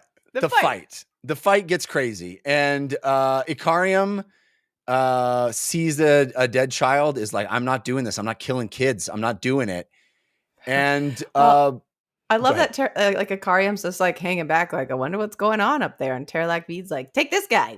And it kind of like pushes him through the crowd. Like, I feel like he's already feeling like weirdly afraid because the situation seems weird to him. He's like, now's your time, Ikariam. Now's your time. He's like, I'm not doing this. This is stupid. I'm not doing this. Mm-hmm. Yeah. But then I think early they have like one initial push, but then they're like what's the Adir commander guy's name? It's like Von Ton. Yeah. That guy, he's like, somebody's Virat Ton. Yeah. He's like, what is that? Is that an Alrada? Everybody's kind of noticing there's like somebody who seems familiar for some reason is down there. And there's this that's Talana Moss, and they're like, this guy is going to be able to fight here forever. Like, we have to be like, they don't get tired. He's going to hold this position forever. We got to do something. But who is that guy with the spear that looks so familiar? Yeah.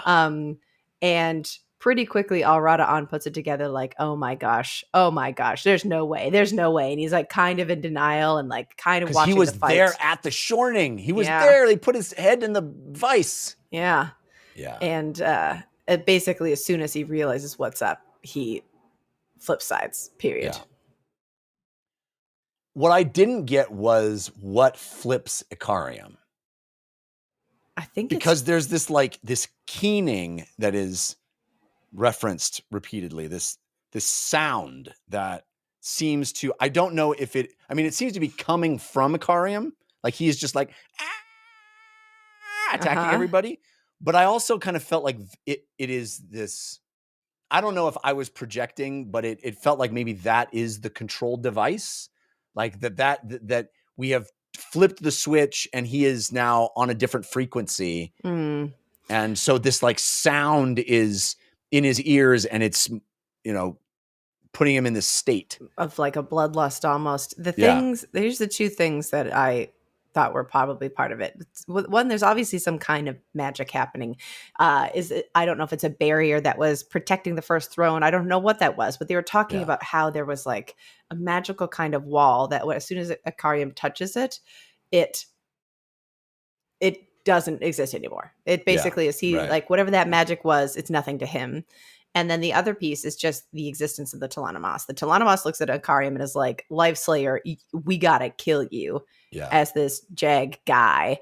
And he's kind of like, and I got the impression that it was almost like just the seeing of a Talanomas was immediately old rivalries, immediately interesting enough of a memory to be like, I know what I'm supposed to be doing here now. There's definitely like that kind of question mark. It kind of also seems just like stirred rage, like anxiety, pressure, tension could just like snap that. I think you're right in like that noise that was talked about was a part of it, but those were all the sort of pieces that felt like it. And then once you may be right that it is tumbles out of control. Jags hate Talanomas. He sees Onrak and it's on. Rack. It's all Rada on. This whole entire sequence, though, it just turns to 11 and is so incredibly awesome because you have everybody trying to stay. I mean, it really is the payoff of multiple books of setup of how scary Ikariam is, and you just see him fully unleashed in this moment and no one can stand against him. And it is, Troll with his incredible spear prowess is trying to stand against him, is actually standing toe to toe, but he's even getting beaten down. His spear is smashed in two. What it is he's like, I don't want to kill kids. And the fact that he's looking and he's seeing that there's more children back there. And that is what the Adur are like pushing for. The first thing that he does is not even attack Onrak or Trull. He sort of turns on it and like unleashes on the Adur that are with him. He creates like basically the debris, sandy blood tornado with all of their bodies. And it doesn't kill everybody. Like Terralak's still there. Alrada is there. I think that's the thing that Alrada's like, that's Trull. And this guy is obviously going on a rampage. This guy is the guy that we have to stop. And that's Alrada switches over. But the first thing Ikariam does is wipe out the people who are trying to kill the kids. I think that was it. Okay. All right. That makes sense to me. I didn't gather that, but I think that makes sense to me. It's an incredible sequence of just the potency of Ikariam. Yeah. It really is conveyed so effectively of everybody trying to stand up. Talanomas we've seen their power, and Onrak is just dispatched with no problem whatsoever. You have Trull trying to stand against him. You have what's the other? There's the other Talanomas that's there that literally gets like slashed in many pieces. Monarch Ochem. Is it Monarch Ochem or no? It's Ibra Golan. Oh yeah, Ibra gets sliced and diced. Yeah. Onrak gets smashed to ball. Monarch gets melted. Yeah, so crazy. Yeah. And then we have, Monarch gets destroyed by the winds and melted. Yeah, it's crazy. Yeah. And this is even like the start of Ikariam, because the entire fight he's getting stronger and stronger and stronger. Yeah. You see him becoming more and more resistant to any attack. magical, non-magical, whatever. Doesn't matter. And Terralak Veed is like crouched in the corner, sobbing. And then you have, he destroys Ibra Golan. Then you have Torian, Yes. attack him, and even it is just murdered immediately.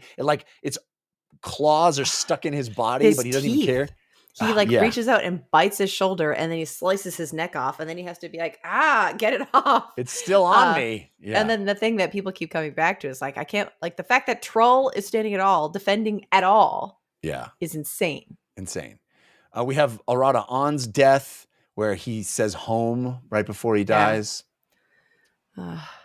Sad. Mm-hmm. And then as Torian is destroyed, as it seems that no one can stand against Icarium, he shatters the flint sword, and is just destroying Ibra Golan. And then all of a sudden, bamf, Quick Ben arrives. Mm-hmm. This is what Shadow Throne had done. He threw him at this problem. Yep. Such an awesome moment, because I will tell you, as I was reading, I kept going, where the hell is Quick Ben? Why didn't he show up? What's going on? And I love this payoff for that. It's just an amazing moment where he arrives. He's like, what's going on? And he just unleashes all the warrens the 4 warrens that he had prepared. Mm-hmm. Nothing seems to be working. It's knocking Icarium off, but then Icarium kind of is dealing with that. It's exactly what you said, where he initially blows him away. Yeah. Well, he'll initially have a problem, and then he'll just adapt to it and not have a problem with that anymore, which is such an awesome feature. Yeah. And he has that great line where Quick Ben's like, who in Hood's name is this guy? And Troll's like, who are you? Yeah. He's like, wrong question, buddy. Yeah. And so Quick Ben is covered in blood. His body is being ripped apart. His skin is shredding. Yeah. Every time he resists, it's like thinking about trying to shoot magic out, but it's like a backfire, and it slices out the back of his own hands. His own body is getting destroyed by it. Woo-hoo. Crazy. And it's all, it's all going down. Now, here's my only problem with this entire ending. We get a little Deus Ex Machina. Mm. I think it's cool. And ultimately, I think it will have ramifications that will end up being really cool in future novels, I suspect.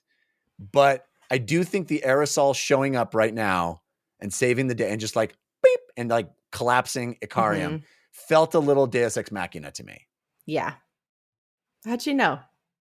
Where's Lestara? Right. Well, clearly she knows stuff, and she's uber powerful and awesome. And I mean, and it establishes how potent the aerosol is, that she can just touch Icarium and he collapses in a heap. Yeah. But I wish there had been a more satisfying end to that confrontation, because it felt like there's nothing we can do. There's nothing we can do. Oh, there's somebody who can help. Why? Mm-hmm. Why did she decide to help? Why did she show up? Yeah. Maybe that will be revealed and will end up being retroactively satisfying. But in the moment of reading it, I was a little bit, I wanted to. That's because it's so awesome what's happening. It just felt a little bit easy to just get out of the problem. Yeah, I agree with that. But then we have this awesome moment where Verat Ton yells at Terralak Veed and is like, this guy is going to save us. This is the guy who can actually kill Rulad for realsies. Yeah. Terralak being like, it's for your emperor. He's for your emperor. Yeah. And all of them being like, oh, this dude is scary, but drag him back into the hole. Yeah. Yeah. Then Cotillion shows up and Quick Ben is like, what would have happened if I had died? And he'd been like, well, it'd been my turn to try. Maybe a god could stand against him, which is pretty rad. And that's how the novel ends, is that Shadow Throne comes to heal Minala and Quick Ben. That's when they notice that Monarch has been melted, fused with the throne, interestingly. That seems like an important detail. Agreed. And Troll thanks Arata On. And the novel ends, and we go to the epilogue, where we check in on some of the people that we haven't checked in on in a minute. I have to tell you, before the aerosol showed up, I was like, well, there's only one more person that can stand against Ikariam. It's got to be Karsa, right? The next person to show up here is got to be Karsa. And it wasn't. I think that's going to happen later. But that's what I expect. Maybe that's why I felt a little bit bummed that it was the aerosol, because I was like, Karsa's on the boat. Yeah. He was, with the same crew. Same crew. But no, first we check in on Crocus and Mappo and Iscarlpust and Solara. And he and Solara are still getting it on. And he's like, man, I'm thinking about Solara. And she's like, man, seriously, dude. She's like, read the room. Yeah, exactly. I'm right here. Yeah. Can you not talk about your ex for 1 second? Yeah. And Mappo is crying, and you get a sense that he can sense. Yeah. He senses Ikariam's unleashing. Mm-hmm. And then we head over to Karsa Orlong and Samar Dev. And Samar's like, I'm cold. And Karsa's like, you can have my coat. And Samar on that other boat, like, hears about Ikariam, and she's heard of him. She knows his whole deal. She's terrified. And Karsa's like, oh yeah, sick. That's the guy that smacked me in the face, and I never got a chance to fight.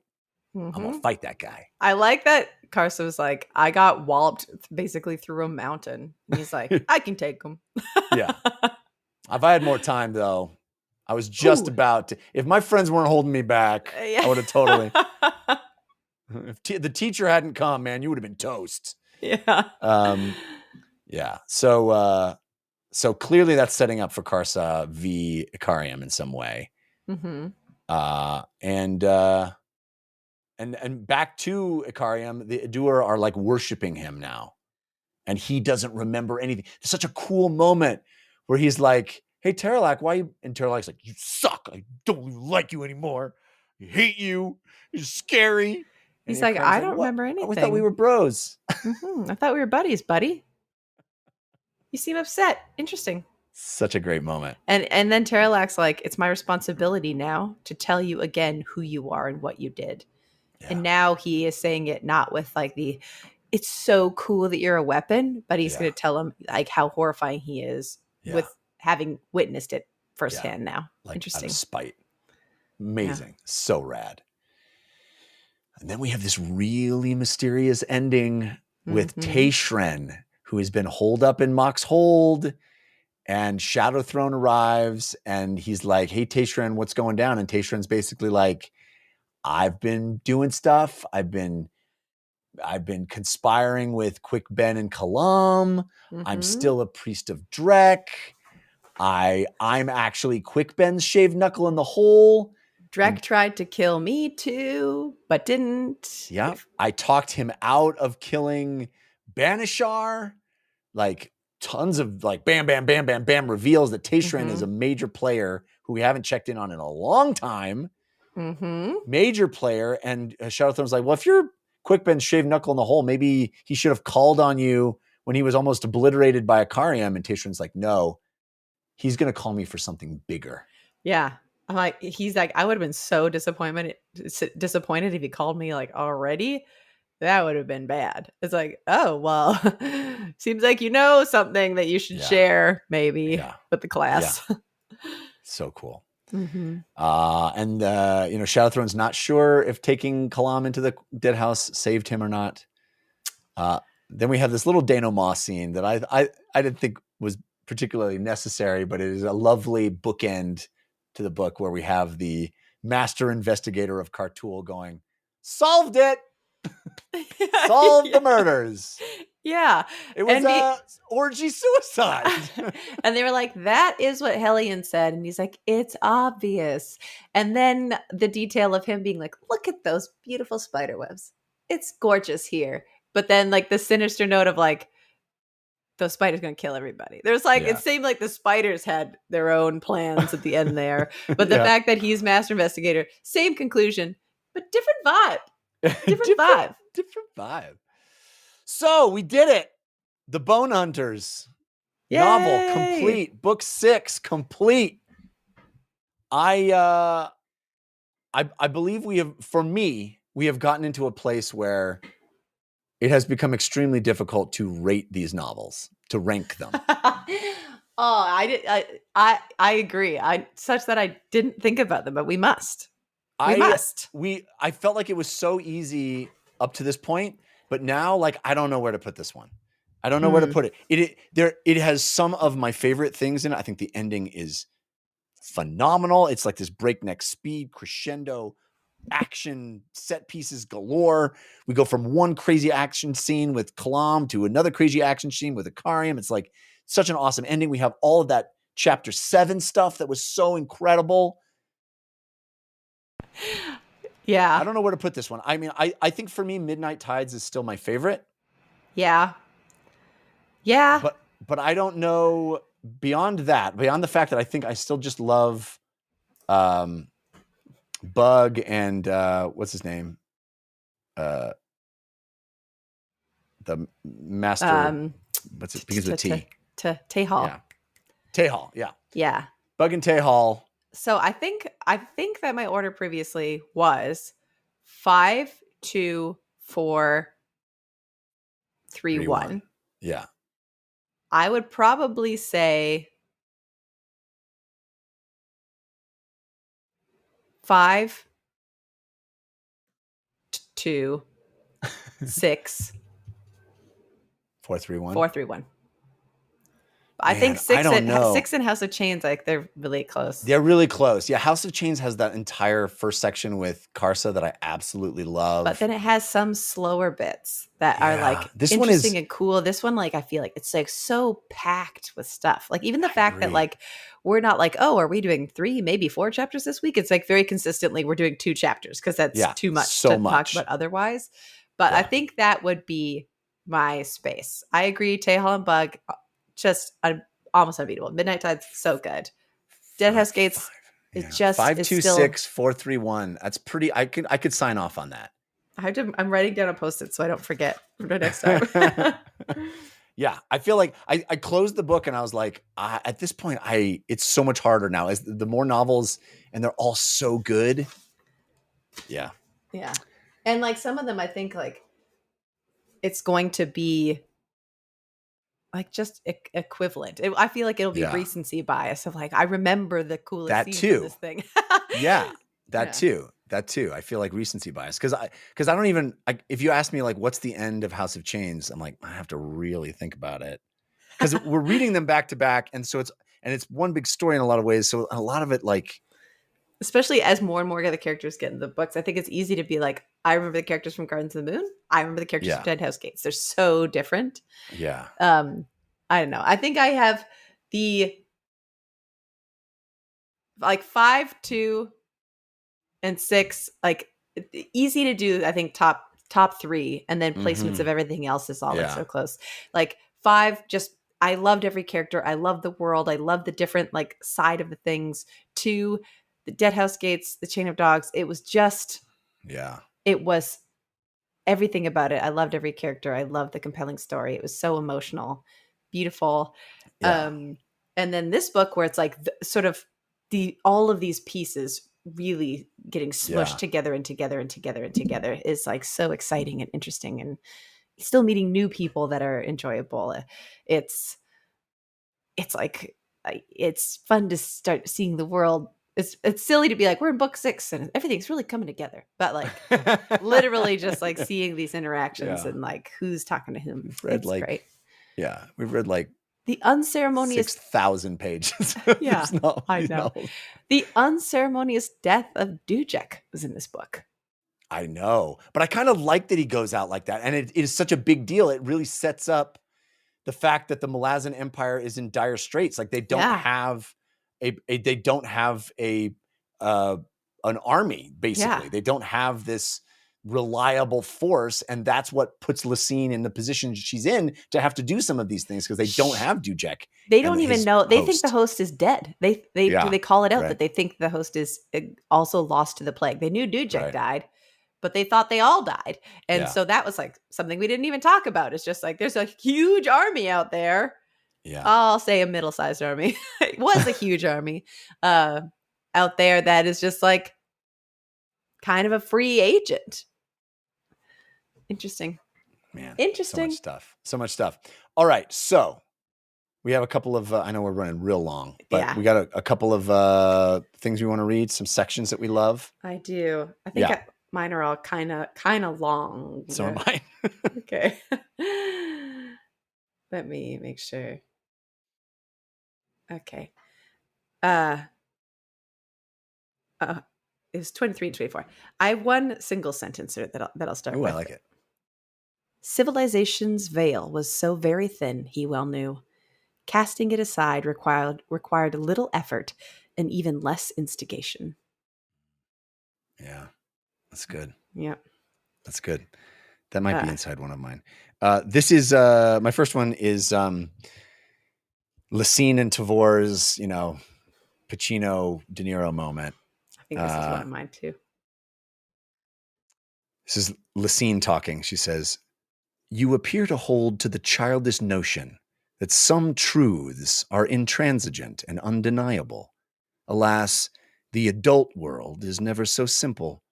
All truths are malleable, subject by necessity to revision.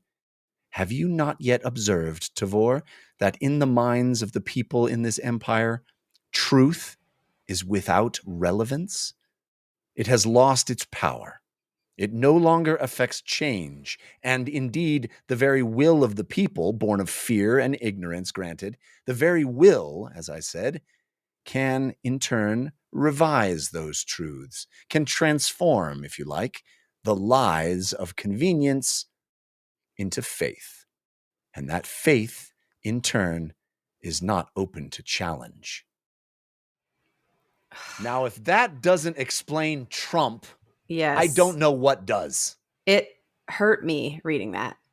It hurt me so deeply in as with many of these quotes where it's like, why is this the thing that's still relevant? That should be illegal. That it still feels like that. Like, I don't know when this book was written. I don't like that. I think it was before evergreen. 2016. I'll tell you that. I wish it was not still so resonant now. It makes me very frustrated. Yeah. That was also one of my quotes. I have one here that is just a little action sequence that I loved a lot. That I referenced earlier. This is Kalam fighting the claws. 2 claws had darted past, out of Amber's reach, and set off towards the adjunct. Kalam shifted to come at them from their left. The nearer one leapt into his path, seeking to hold Kalam long enough for the other killer to close on Tavor.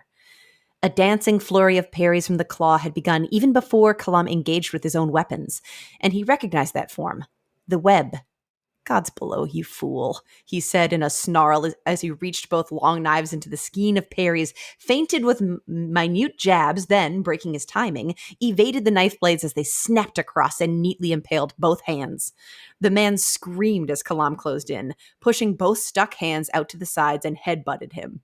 Hooded head snapped back and met the point of Kalam's right hand long knife as it completed his disengage to come up behind the claw. A grating crunch as the point drove up into the base of his brain. Even as he crumpled, Kalam was stepping over him into the wake of the last killer. Come on. Dispatched. Seeing some guy being like, "This is my cool form," and he's like, "The web, slice. I've seen that before. Yeah, it's totally a version of that, Indiana Jones scene with the sword man and he just pulls out the gun. So good.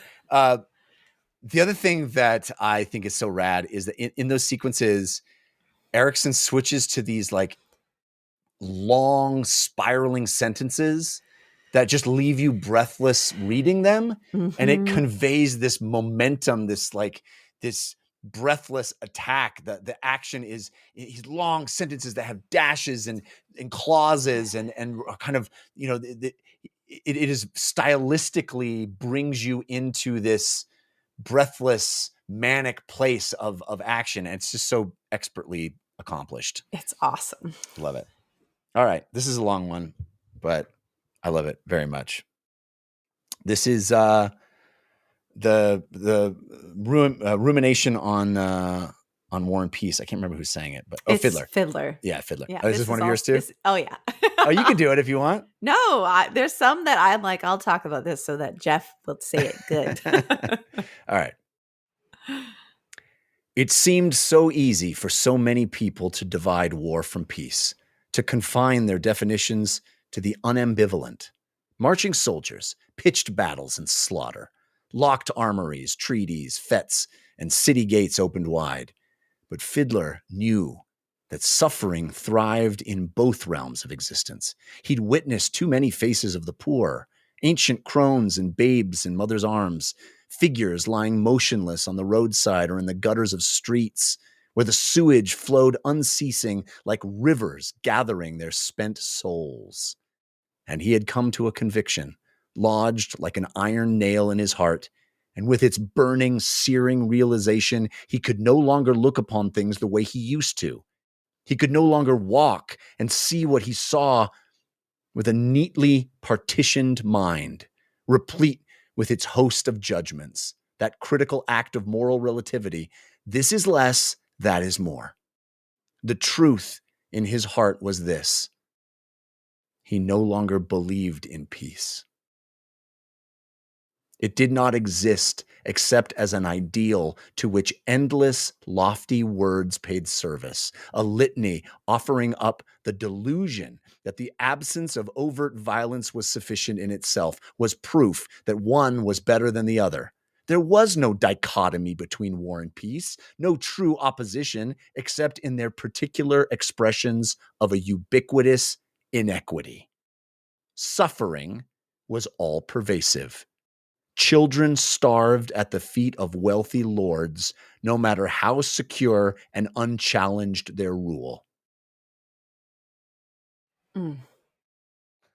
So good. Just so unreal. good. Just unreal. So I could have gone good. on for another page and a half. I But know. man, it's just such powerful writing. Yeah, Any more for you? I do. I've got one more. Do it. It's another silly one. This is Love the door is knocked and it's for Stormy. A shape filled the entrance, broad-shouldered, wearing tattered, dripping furs. A flat face, the skin beetle brown, stretched taut over robust bones. Pits for eyes, long arms hanging to the sides. Fiddler's brows rose. A Talana moss. Stormy cleared his throat. Lagana breed, he said. Lagana breed, he said, his voice oddly high. The reply that rasped from the apparition was like the grating of barrow stones. I've come for my sword, mortal. Gessler collapsed into his chair and collected his cup. A long, wet walk, was it, breed? The head swiveled with a creak, but the Talana said nothing. Stormy collected the flint sword and walked over to Lagana breed. You've been scaring a lot of people below, he said. Sensitive souls, you mortals. The Marine held the sword out horizontally. Took your time getting out of that portal. Lagana breed grasped it. Nothing is ever as easy as it seems, Shield Anvil. Carry the pain in your heart and know this. You are far from finished with this world. Fiddler glanced across at Braventooth. Shield Anvil? The Master Sergeant simply shook his head. Lagana breed was studying the weapon in his skeletal hands. It's scratched. What? Oh, but humor is extinct, the Talana said, turning back to the doorway. I loved humor as extinct. Like she's this undead monstrosity. This is like, it's a joke, moron. I love it. After they roast it. I also kept saying Lagana breed was a her. I think he just said it over Indian. Yeah, I think I said it was a her too. Yeah. Lagana feels like a feminine name. Yeah. Turns the sword over. They were just took a while getting out of that portal. Wet walk. And then they say a joke back. And they're like, we don't get it. It's scratched. I also am funny. Let us go kill. Yeah. Love it. Yeah. And that's the moment with the Shield Anvil line too. It is. Where, yeah. And recalling Itkovian's refrain of "I am not yet finished." Yes. She says, "You are not yet finished," right? Mm-hmm, mm-hmm, mm-hmm. Yeah. Awesome. Well, there you go, ladies and gentlemen. Good. Bring on book 7. Now, I don't know exactly what next week brings. I have not yet reached out to Mr. Erikson. He's usually very awesome about joining us after the conclusion of a book, but I haven't checked in on that and found out what the schedule is. So we may be talking to him in the next week or two. We may not, based on his availability, which we totally understand. So stay tuned. But usually we take a little week off as well. So stay tuned to the channel and stay tuned to the Discord. On the Discord, I'll definitely let folks know what has been determined. But either way, we will be starting book 7 shortly. Mm-hmm. And we are so grateful you're with us. Please do keep sending in those awesome suggestions for how to start our show. We love it. We love doing this. Thanks for being with us. See you next time. Dance it out! When the world's too dark of a place to be, and you need an escape from reality, open up those pages, it's sci-fi or fantasy, whatever genre you please. And join a book club, 'cause you won't read it on your own. Join a book club, so you'll be held accountable. It's just a means to an end, but you're doing it with your friends. So join the book club by DLC.